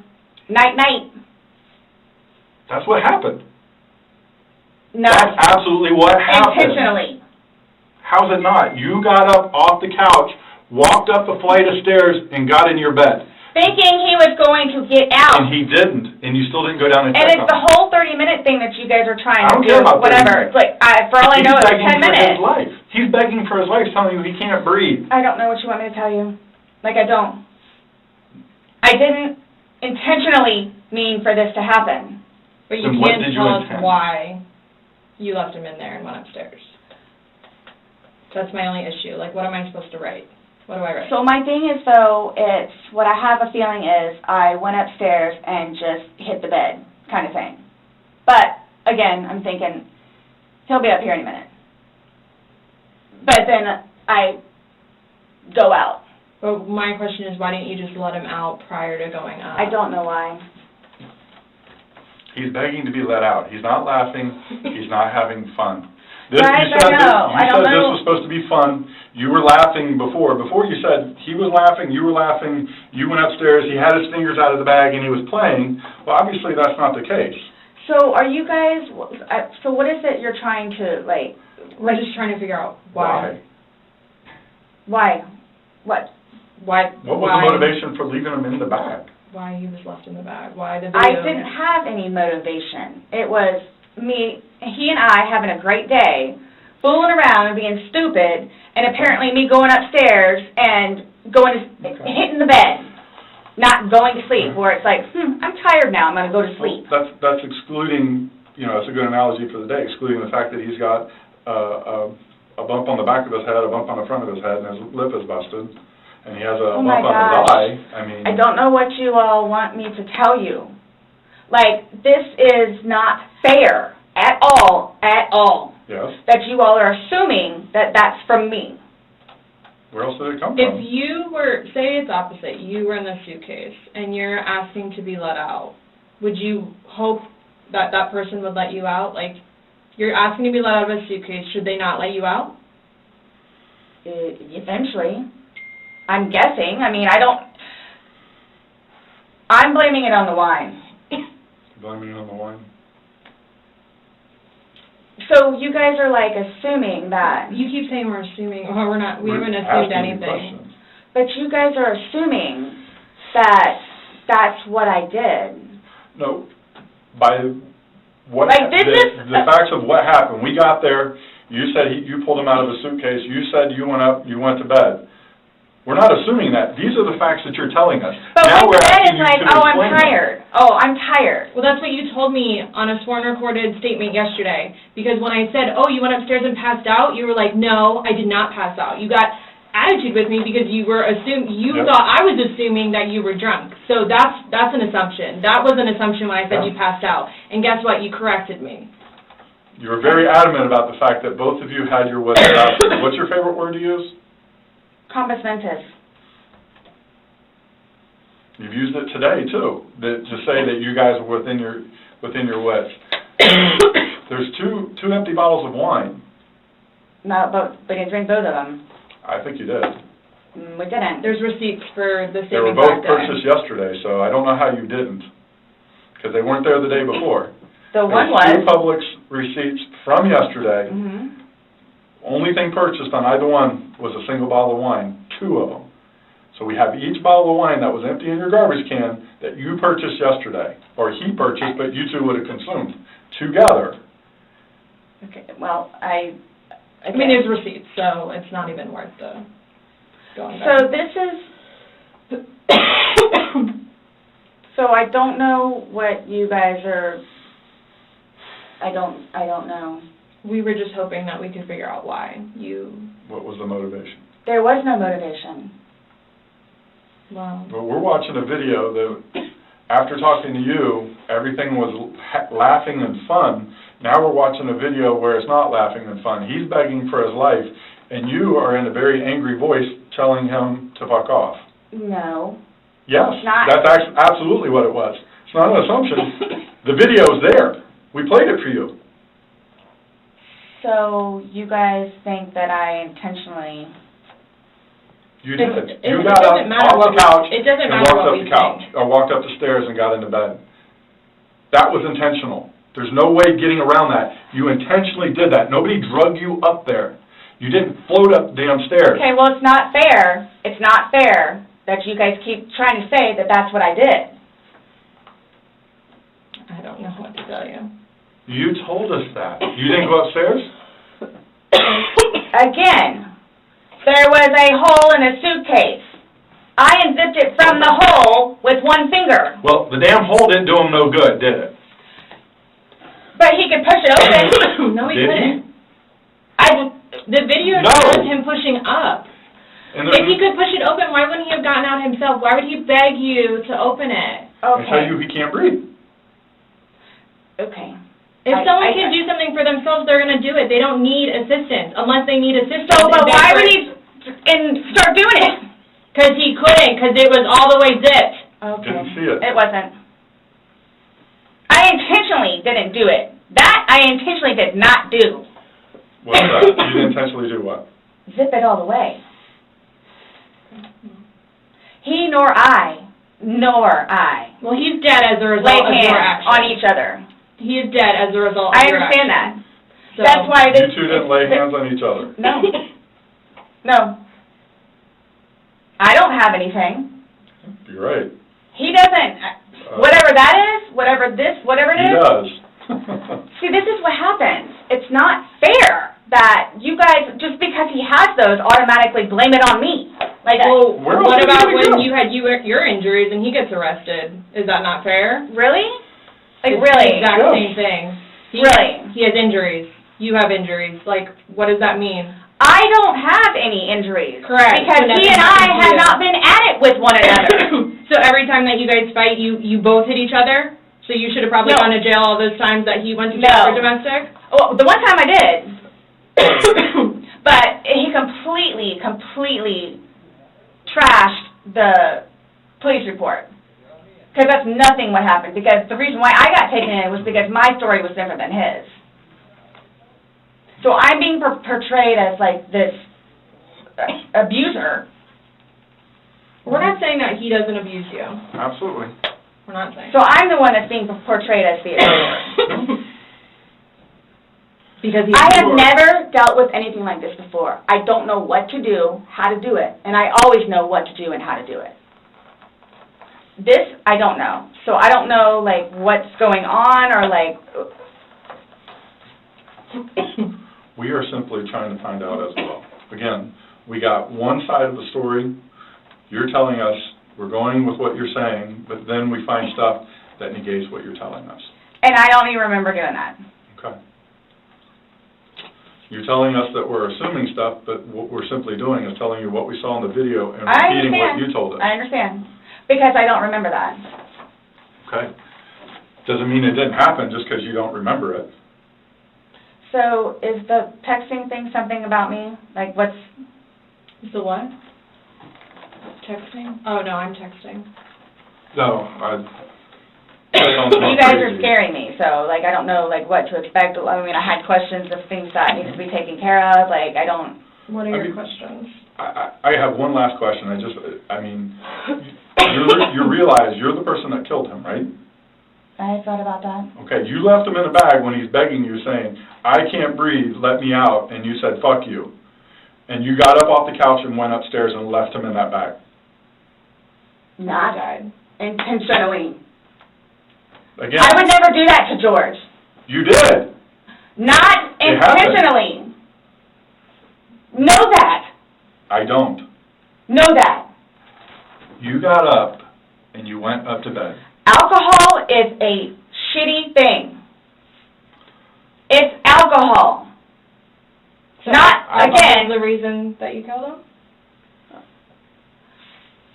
You all, Please sit down. listen to me. Please sit down. You all, listen. I did not intentionally kill him. So your intention... I don't know what it is I to need to punish do him? or how to do it or what to say or how to say it. But what was your intention? Everyone knows. Everyone knows.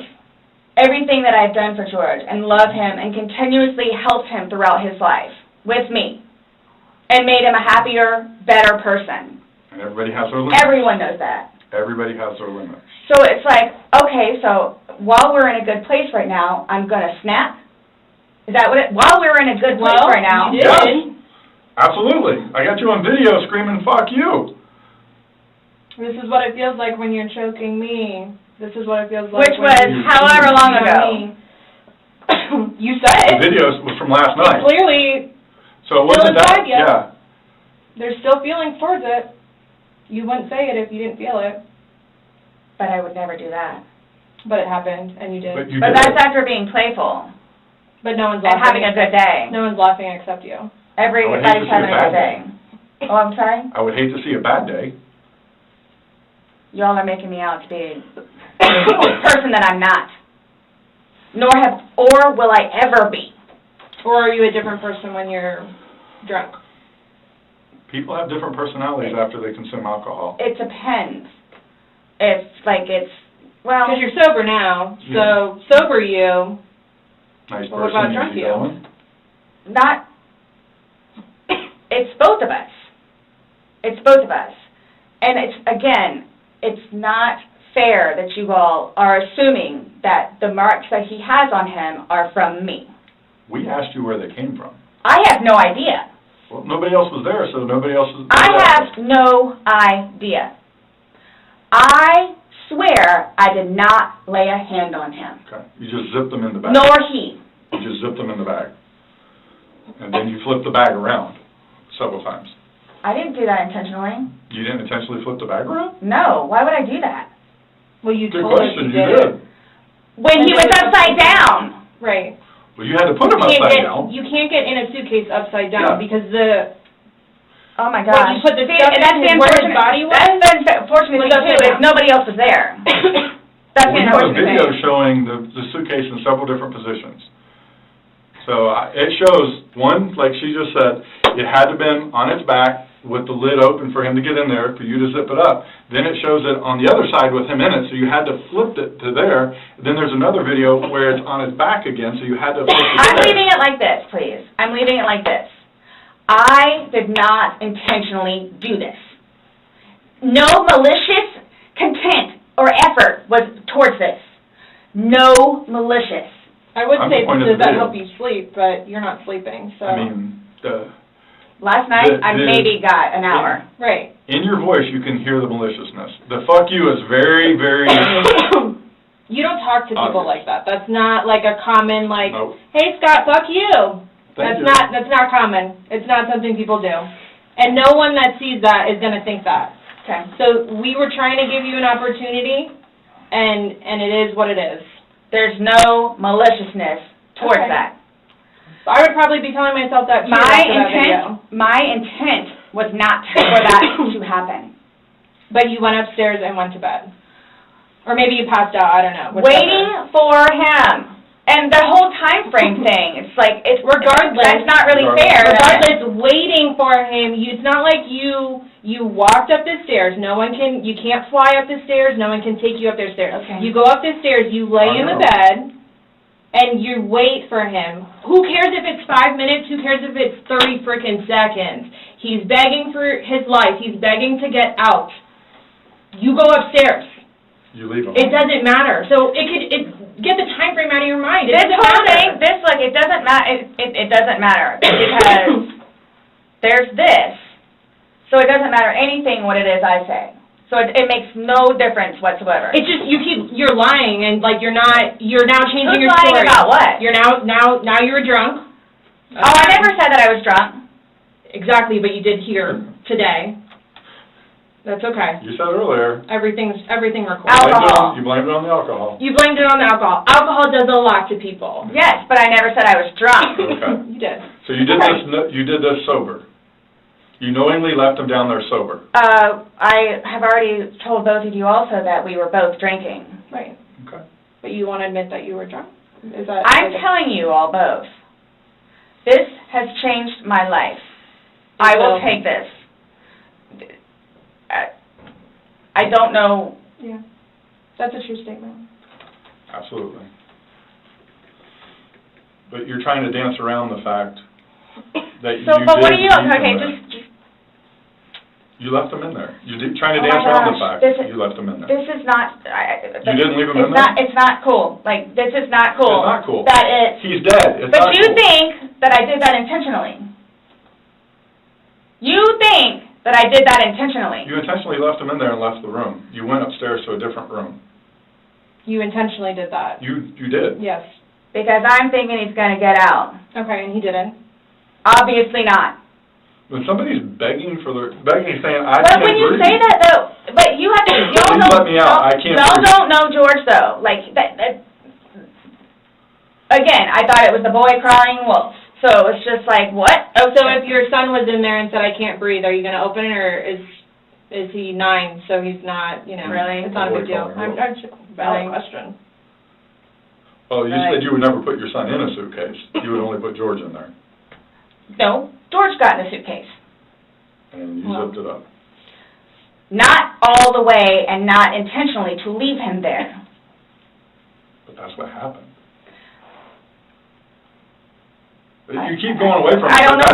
That's exactly what happened. You went up to bed and woke up the next day. Are you all trying to have me admit that? Like, are you trying to have me admit that? Because I will never admit it because it's not true.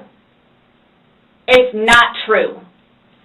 I'm basically stating as a fact because that's what happened. Okay. You videotaped him asking to be let out. You go upstairs. So what, guys?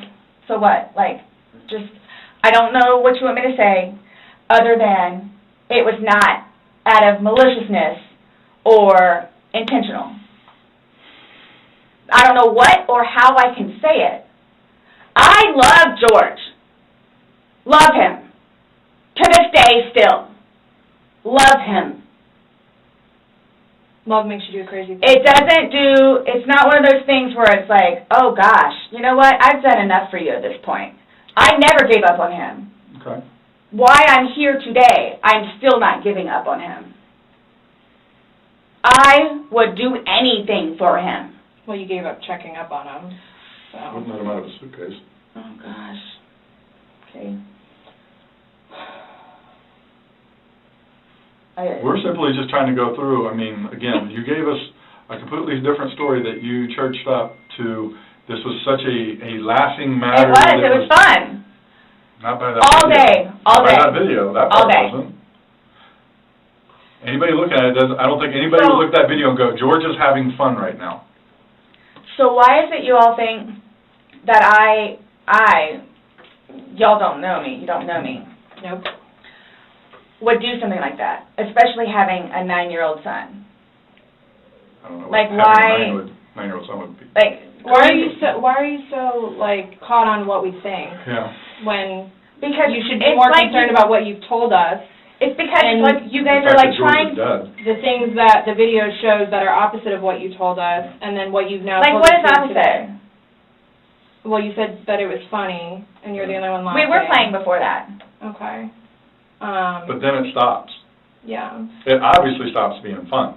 Well, Because you're screaming at him, he's I'm begging not to get screaming out. at him. Sounds like screaming to me. I don't know what you all want me to tell you.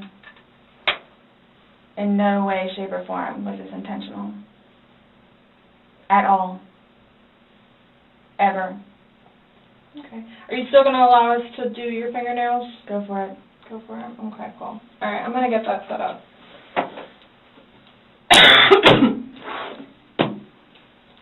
Do you need any more water? No, but when you come back, can I ask about this? Yeah.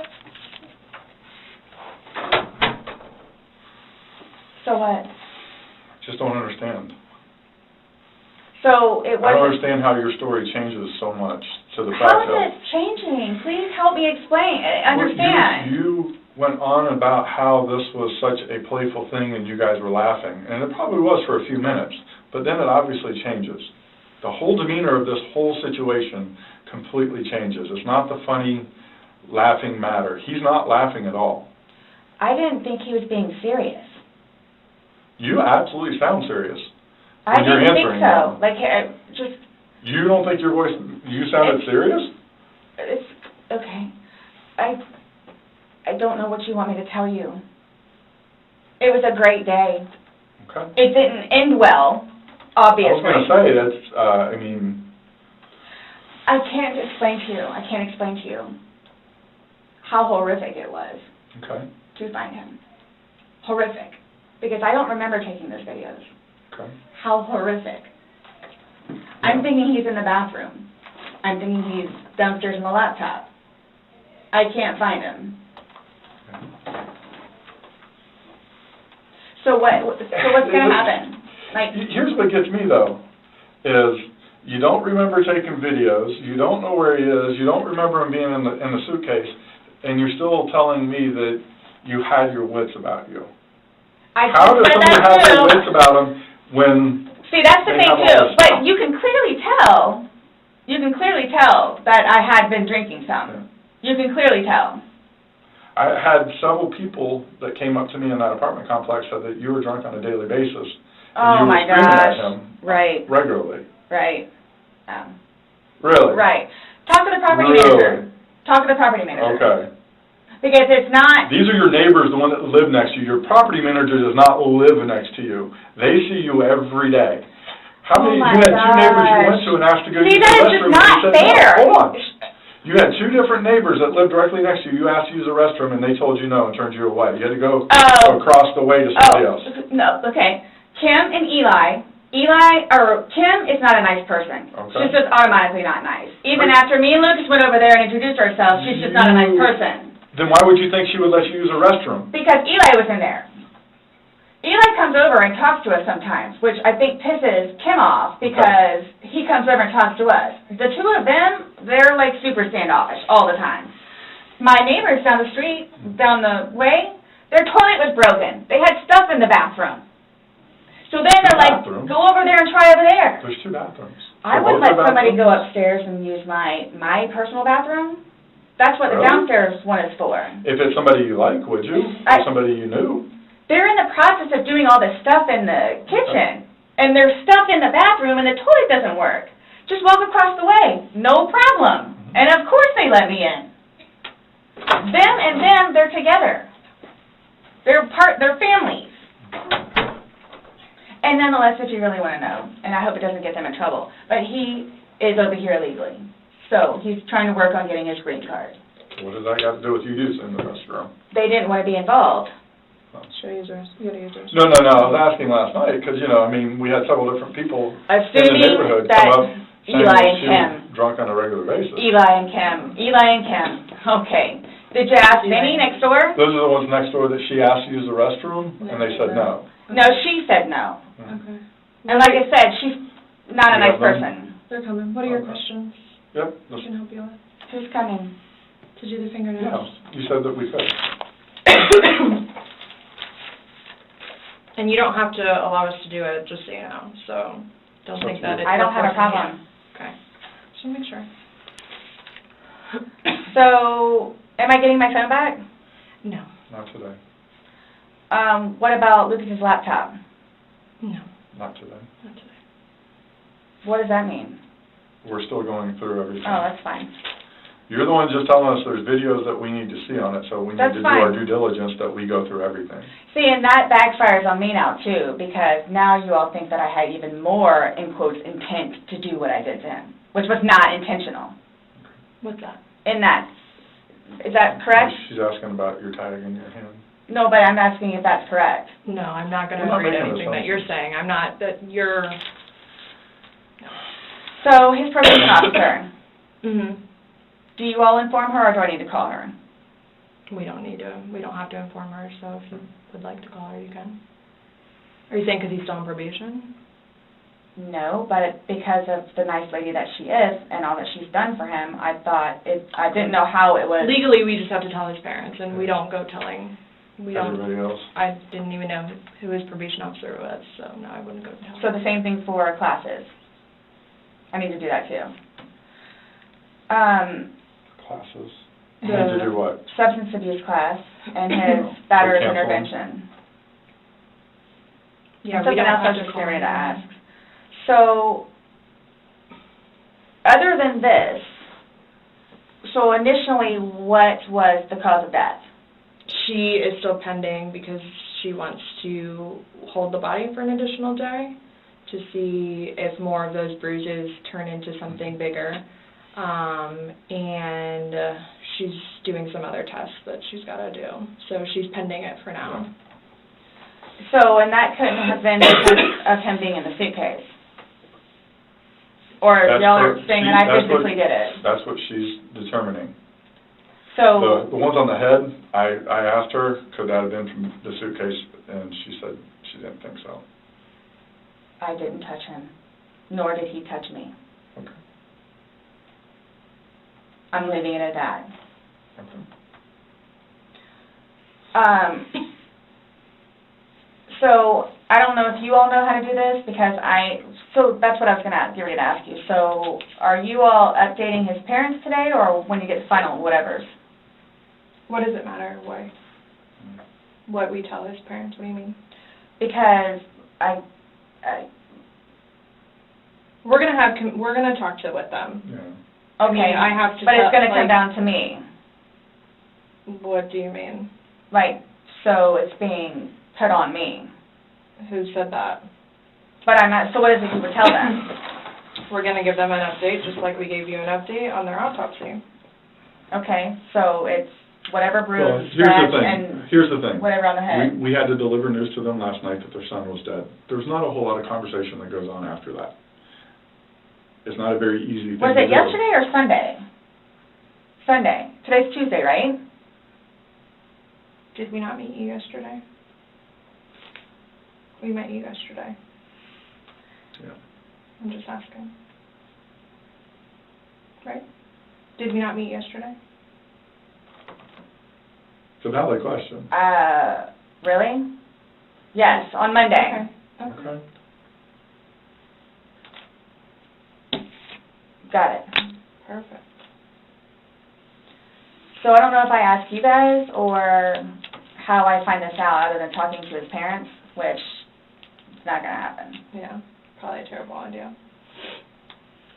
How do you guys suggest me finding out about funeral? Yeah. That's not even something that's been probably talked about between the family. That's not something we ask. We have no way of... I didn't know, that's why I'm asking.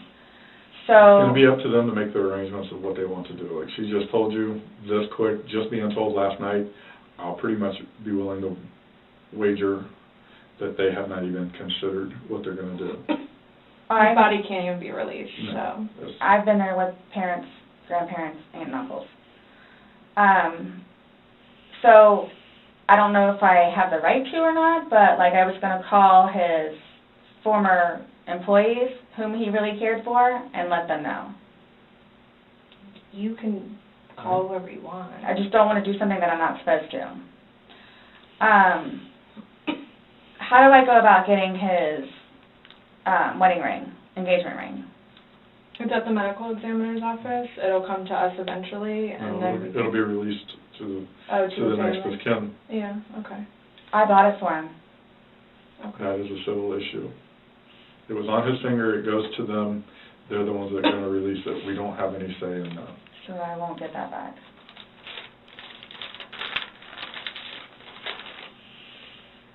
So for all of this, like, how do I find out what's what and how many, like, what's been found? What do you mean? Pillow with stain, swabs of stain from pillow, suitcase. That will all be sent off to FDLE. FDLE, Florida Department of Law Enforcement. They do their testing. So, and then, like, whatever white can with blood and necktie with blood was from the suitcase. Correct. Why would you guys, oh, you'll see it in there, the baseball bat, for Lucas, and the receipts.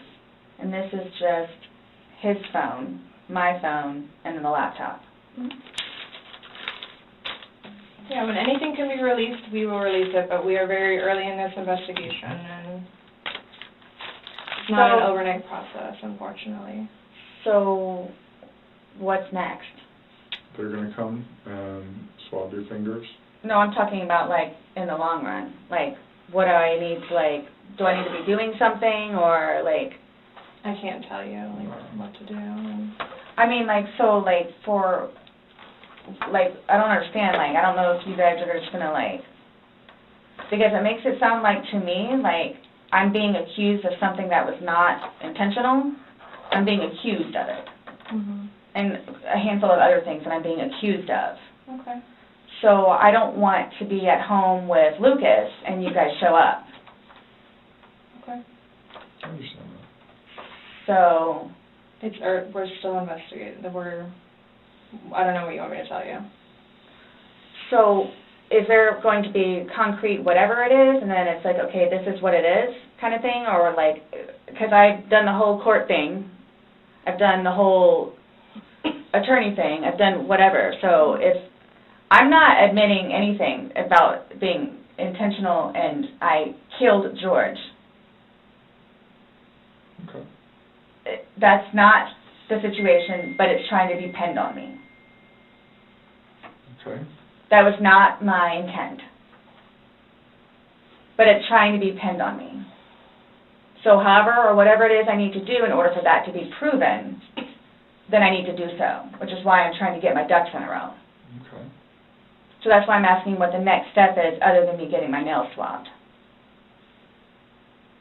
I mean, you want me to tell you how to not be accused of a crime? Is that what you're asking? Like, I don't know what you I'm want. trying to prepare myself for whatever may need to be done so I can, I guess, stick up for myself. I mean, I think you're doing just fine. You came, you talked. I just don't want you guys to, again, show up and Lucas is in the house. Well, we did tell you yesterday that we don't want to do anything around your son, hence why you came to us. So I don't know why you think that's going to change. That and or me not just show up back home. I'm sorry, what? That or what? Me just not show up back home. That's what, he's so happy that I'm staying over at the house with Brian. Like, so happy. And I'm not going back to the house, to my house, for however long I can stay over here because of whatever to blow over. Mm-hmm. And again, if you don't mind me asking, so for whatever it is you all are claiming from the videos, which, yeah, it's... Is that what you're going to tell him? Like his parents? It's like, oh yeah, and by the way, she did. Did what? I mean, what would you tell him? I don't think it really matters what we're going to tell the parents. Oh yeah, it is. It's fuel to the fire. Well, we can't hide things, and I don't know. I'm not saying we're going to go. I'm not saying that we're going to go and tell them every single thing we have. But again, this is the Orange County Sheriff's Office, that's public record, so eventually, like, this all will come out. Mm-hmm. So, like, I'm not, Matters, honey. you're making it sound like we're going to tell them something, so then your life is in danger, and I don't like that accusation. No. So, let's just nip that in the butt right now. Well, that's what's going to happen. I cannot What are we going to tell them? But we can't even, so technically there's no concrete report yet, even. Right, so it's, you want me to, like, tell you exactly what I'm going to tell them. I don't know what I'm going to tell them. I don't know what I'm going to tell them. Let's just leave it at that. Just like you don't know why you went upstairs. I don't know what I'm going to tell them. So, Parents that are dealing with can I call you the way that I did last time? Yeah, my phone is an open line. Missy should be here. I don't know what's taking so long. It's coming out to look and see. I get it. Look, I get it. That looks really bad. Mm-hmm. So that's what scares me. Like, what do I need to plan on? Like, what do I need to plan on? I promise you, on my son's life, it was not intentional. I promise you, on Lucas's life, it was not intentional. I don't know you. I can't say I know anything about you. I don't know what would be a true statement, what would not. I mean, you're promising on your son's life, that's fine. That's how much it means. Sorry. That's how much it, look, that's how much it means. Okay. I hope you take that to heart. Please.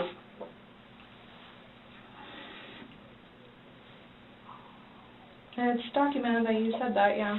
I get it.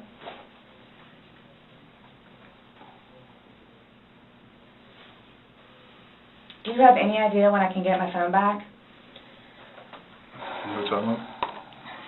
What do you say? I just said no telling. I mean, our digital forensics unit is got a lot of cases on their plate. I mean. Well, and that's not Just technically as my one. laptop, it's Lucas's laptop. Okay. But he plays, you'll see all the games that he has on there. As soon as we can get that back to Lucas, we will. As soon as we can release your phone, we will. But we have no way of being able to tell you because we don't have control over their caseload and how they arrange what they do. So I don't know. And at this point, I think, honestly, with everything else that's going on, that should probably be at the bottom of your list of worries. I'm trying to make Lucas happy so he can have his laptop back. Okay. Does Brian not have a laptop for him? He has his laptop that he has to do for work, that he doesn't want him using it or breaking or dropping.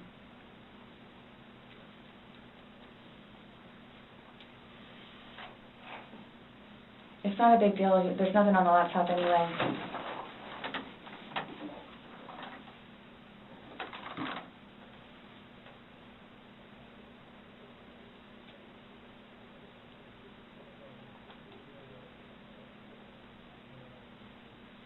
So you will keep me posted, like updated. Mm-hmm. That's my thing, is I'm trying to figure out what I need to do in the meantime. I don't know. I can't, like, I don't know what to tell you, though. Like, what? But you all have more information than I do, where it's like, yeah, you might want to, or yeah, you might want to. I'm sorry, what? Like, we have more information on what? Like, we told you everything that we have. You know everything that we know. And most of it we got from you. but that,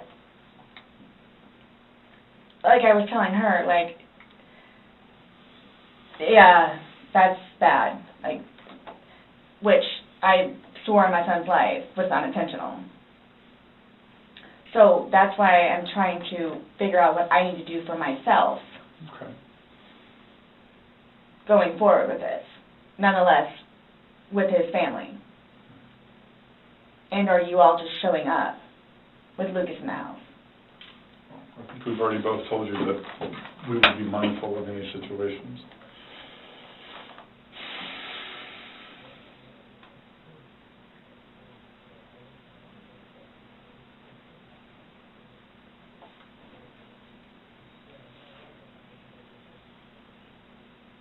So you guys, I guess you're going to call me tomorrow? Or do we need to come back down here? I'll chat with you next time. I have no idea when I'm going to call you next. Isn't the report come out tomorrow? No. What report? I'm just saying a report is generated through us, and the sheriff's office is a public entity. So if someone were to come request something, then... No, I'm talking about his autopsy. She's waiting and doing more follow-up, but... She's looking at him again tomorrow. Yeah. But she won't be finished with him because she's pending for other stuff.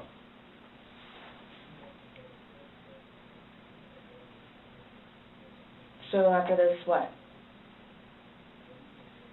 I'm done? For now?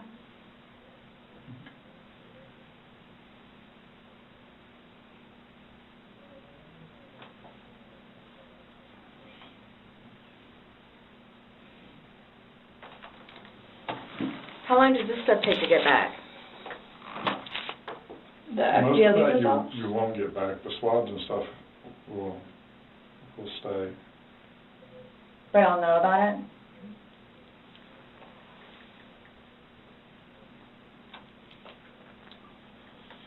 Sorry. Our dispatch center keeps calling my phone, and I keep having to have other people call them to see what they need.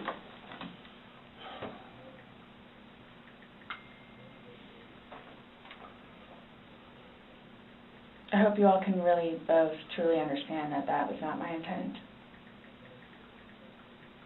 I miss him a lot. I mean, No more. but my question has remained the same. What do you expect to happen to somebody when you leave them in a position like that? Yes, but you have to understand too. No, just what would you expect to happen to somebody when you leave them in a position? I had no idea because I've never done it before. Why have you never done it before? Why would I? Exactly. Why would I do it before? Why did you do it now? I clearly have said why. Why? No, you don't know why. You just know that it's not intentional, but you don't know why. But that's okay. Really? I'm not trying to force you to say something that you don't know.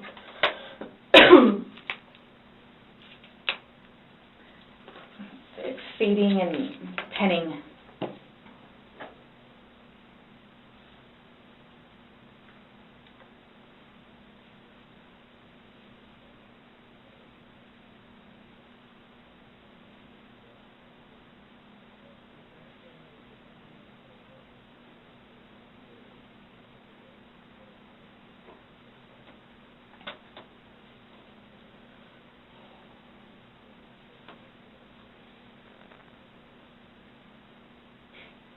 The fact that you guys would assume that I'm that kind of person. We're not assuming anything. We're going by the facts. It happened. Like you said, you don't know me.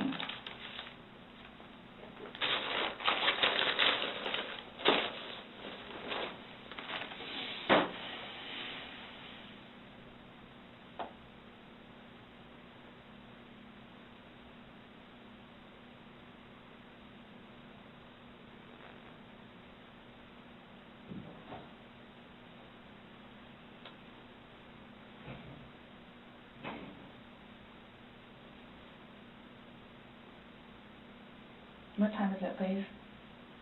4:46.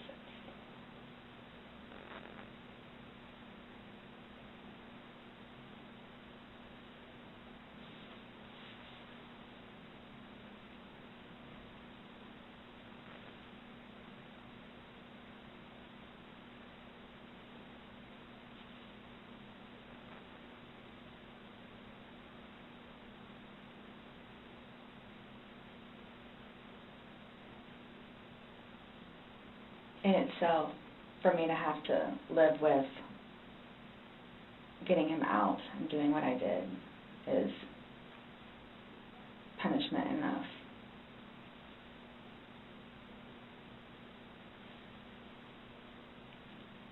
I think that's why I haven't slept, because that's all I see. So that right there says something.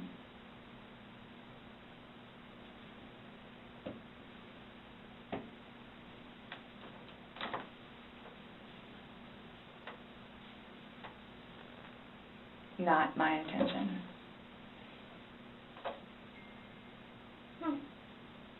This is nice. I just barely touched it. Well, that would be very random. I was like, I literally heard the beep, and I was like, that would be really weird.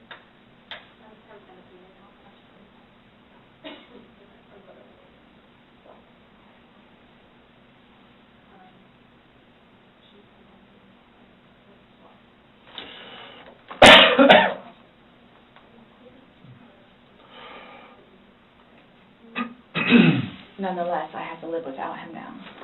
Yeah. Nonetheless. Yeah. Punishment in itself. Yeah.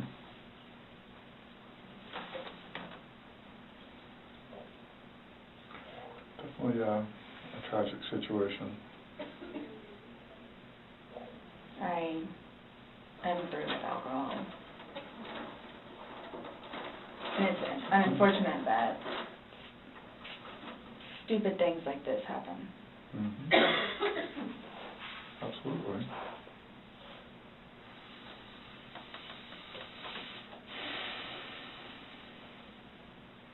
Nonetheless, I have to live without him now. Mm-hmm.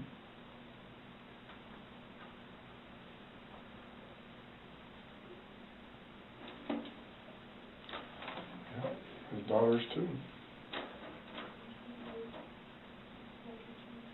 Are you trying to make it worse? Sorry, what? Are you trying to make it worse? Make what worse? How I feel? Just making a comment. I mean, CSI, that was there yesterday. I think she took your photos.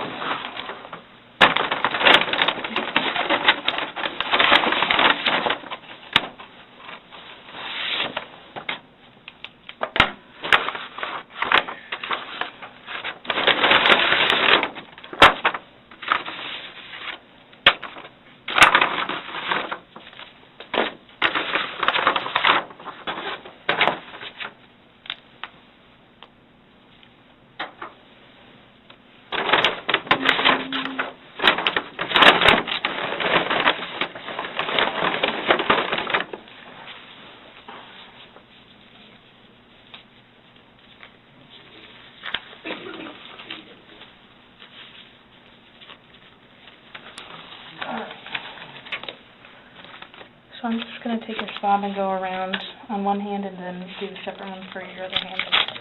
Okay?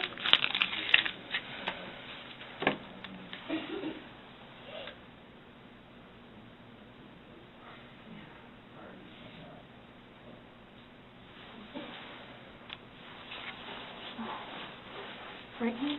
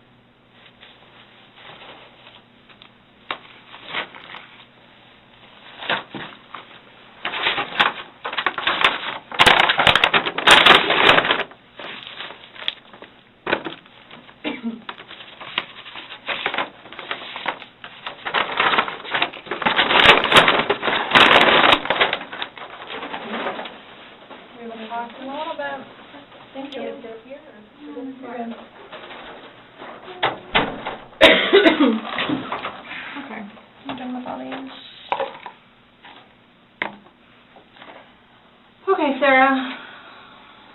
So, you're not free to go. Okay. Oh, do you promise everything you told us was the truth? Or no?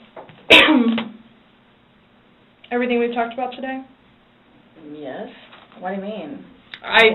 He has to swear. Remember how I swore you yesterday on the audio recording?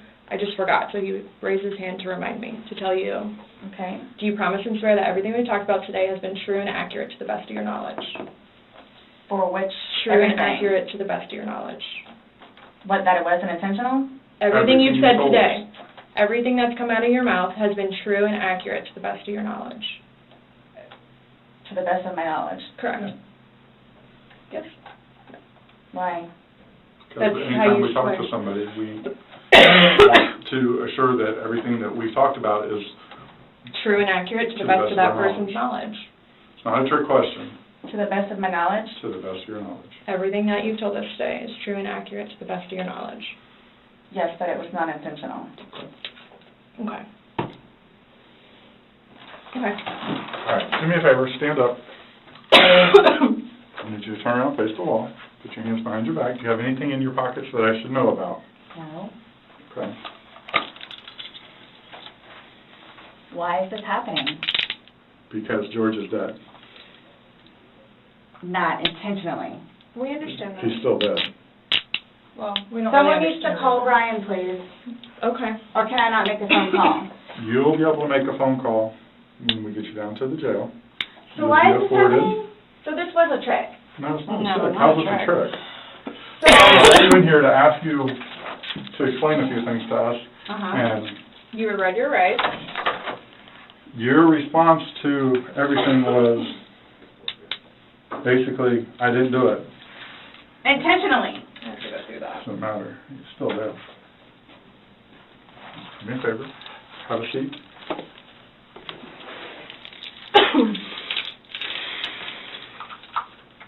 Really, guys? Really. So if I didn't show up, Why is this trying- happening? Because Before you all said I could leave. when That I was done after that. we were done, yes, we were done. Absolutely. So now, so that's what it is, We are done. right? Not intentional. Okay. So what am I supposed to do now? You will, Someone needs to call Brian. okay. Lucas is waiting for Mom to come home. This was not my intention. I thought I was waiting for you all to come and figure out what's what and how many. That's what we're trying to do. And I was going to be able to go home and see Lucas. Now he's just not going to have me come home. So there's nothing that I can do. All right, no. There's nothing that I can do in order to go home and see Lucas and prepare. Not right now, no. You'll be afforded a time in court, you'll be afforded an attorney, you'll be afforded a chance to talk to a judge, and all that stuff will be worked out. But what's the time frame for that, though? I have no way of being able to tell you. You should make first appearance probably by tomorrow morning, if not tonight, depending how things are busy, how quickly you get down there. I had a don't work sneaky in there. suspicion this was going to happen. And I need water, like, really bad, please. Have a seat.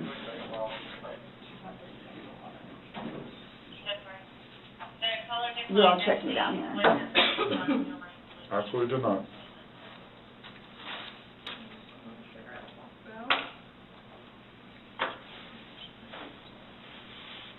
I just got those.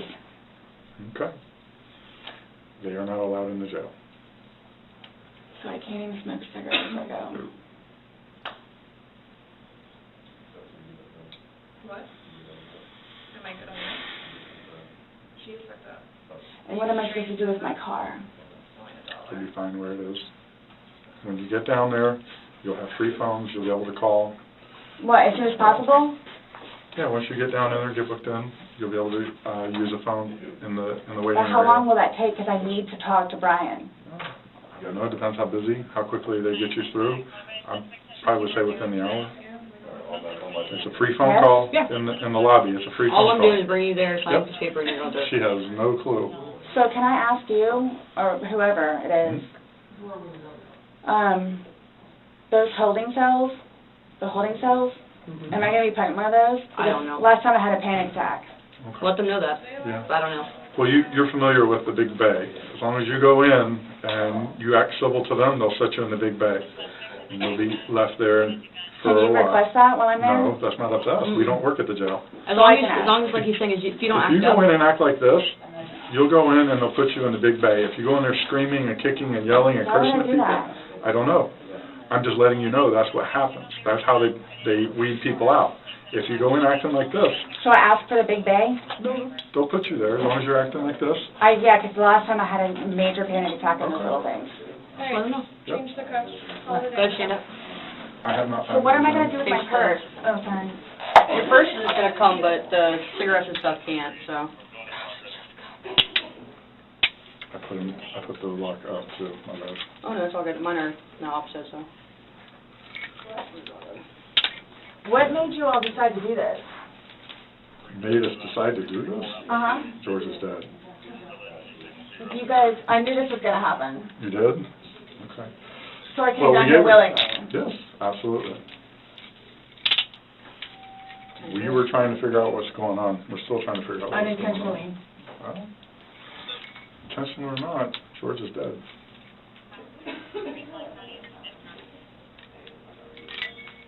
You act like when you say unintentionally, that absolves you from everything. I need to get, I have my, I don't know if it's able to be or not. They need your oil then. I apologize. No, no, it's okay. I have things in my car that I need to. Okay. Put your purse like that. What kind of stuff do you have in your car that you're worried about? Well, I have my medication. Okay, they have a pharmacy there, so if there's something that you have to have right away, you'll be seeing a nurse. It's panic attack stuff. Well, again, when you get checked in, you're going to be seeing a Can I nurse, turn around now? and that they have a pharmacy there, so they'll be able to take care of any kind of that stuff. That protocol is out of my realm. I don't work down there, so I don't know, but I do know they do have a pharmacy, and that you will be afforded to see somebody. Okay? Hold on. Yes, ma'am. My bad. No.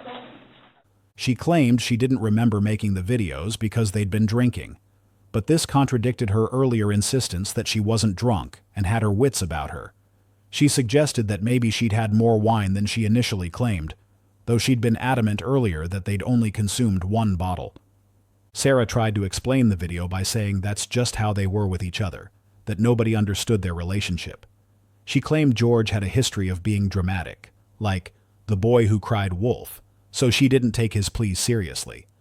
She maintained that the suitcase wasn't fully zipped and that George could have gotten out if he wanted to.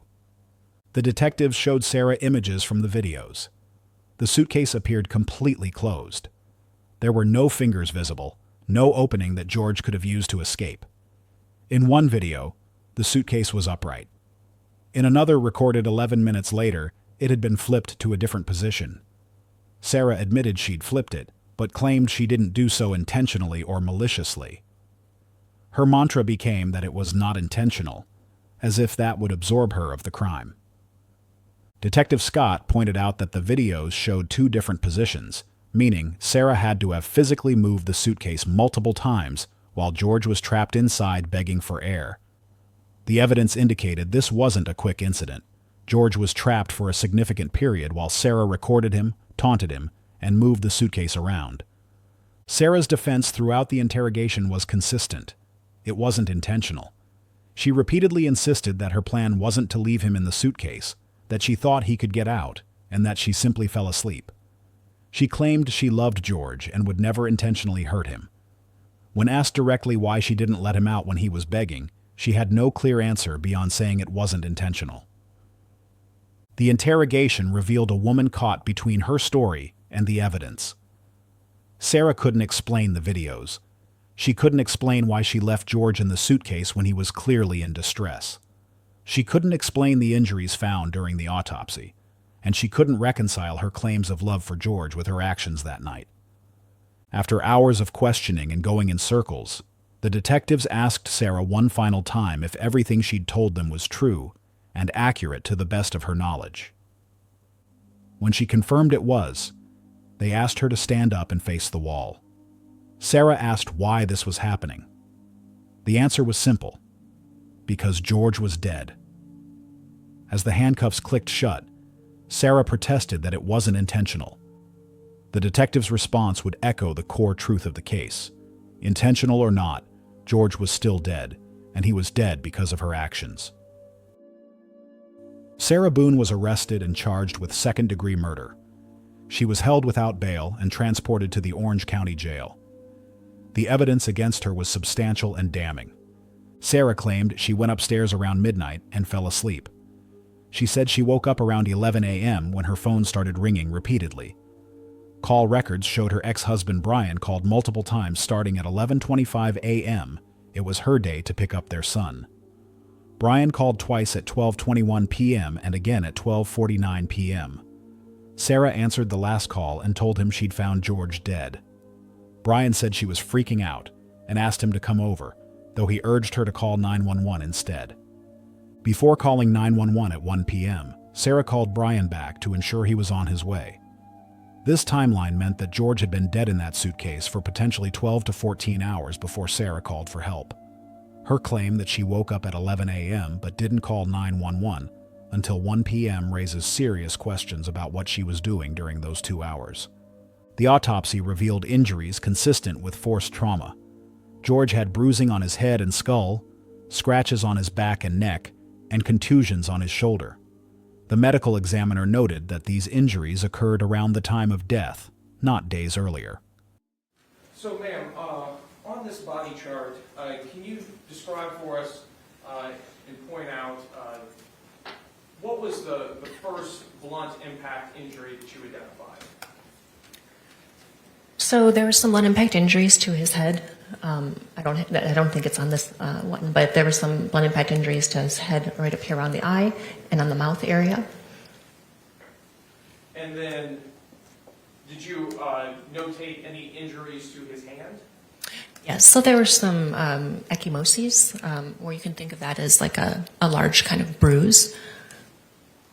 on both hands. What other blunt impact injuries did you identify? So there was a series of ecchymoses on the left side of the back, which right about here. And any others?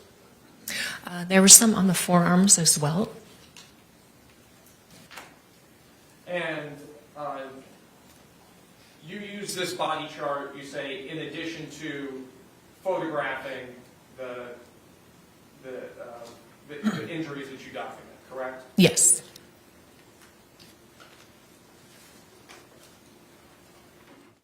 While Sarah tried to attribute the scratches to consensual sex and the bruises to George's clumsiness, the pattern and severity of injuries suggested otherwise. The cause of death would ultimately be determined as asphyxiation. George suffocated in that suitcase.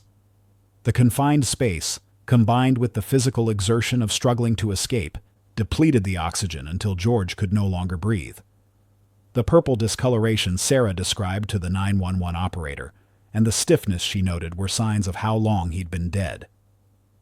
The neighbor's account of hearing a loud crash around 10:30 to 11 p.m., violent enough to shake the wall, suggests there may have been a physical altercation before George ended up in the suitcase.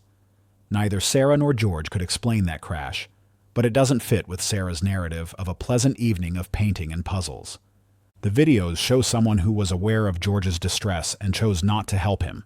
The decision to go upstairs, to stay there for 30 minutes or more while George remained trapped, to fall asleep knowing he was still in the suitcase, these weren't accidents. These were choices. The legal system would have to determine whether Sarah's actions constituted second-degree murder or something less.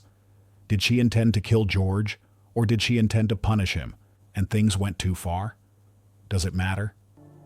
George Torres Jr. is dead, leaving behind 3 children who will never see their father again.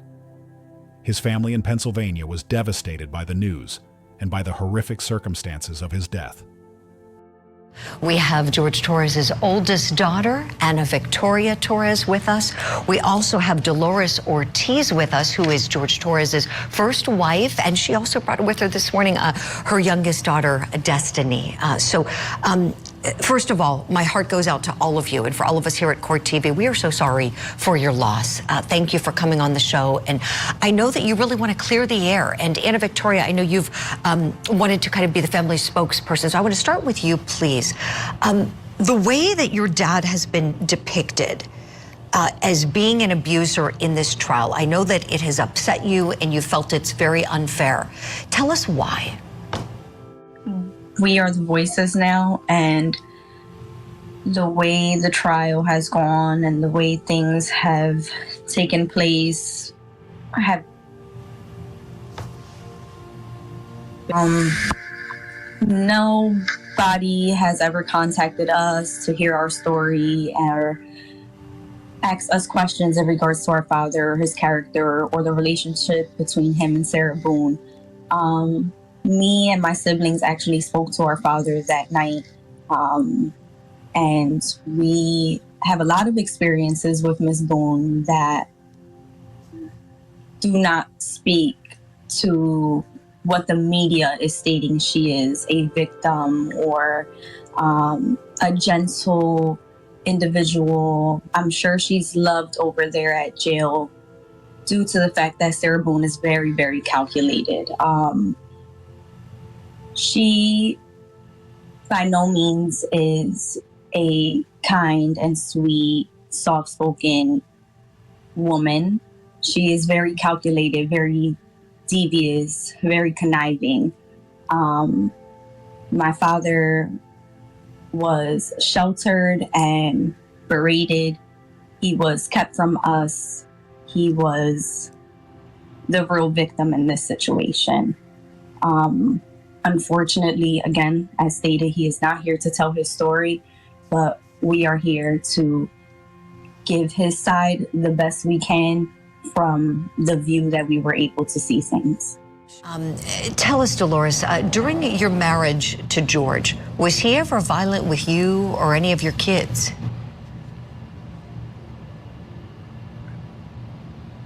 He was never violent with my children. We would have normal husband and wife family spats here and there, but never to the point where police were ever involved, DHS was ever involved. We were never that type of family. I can't relate to Sarah and the abuse that she so-called claims that she's received from George, because I never received abuse like that. I want to say the only thing that I can say about George is that he was a ladies' man. Destiny, we're so happy to have you here. You were a surprise this morning. We knew Anna Victoria was coming on and your mom, and we're so glad to see you too. What would you like to say about your dad, the kind of person that he was? What would you like the world to know about him?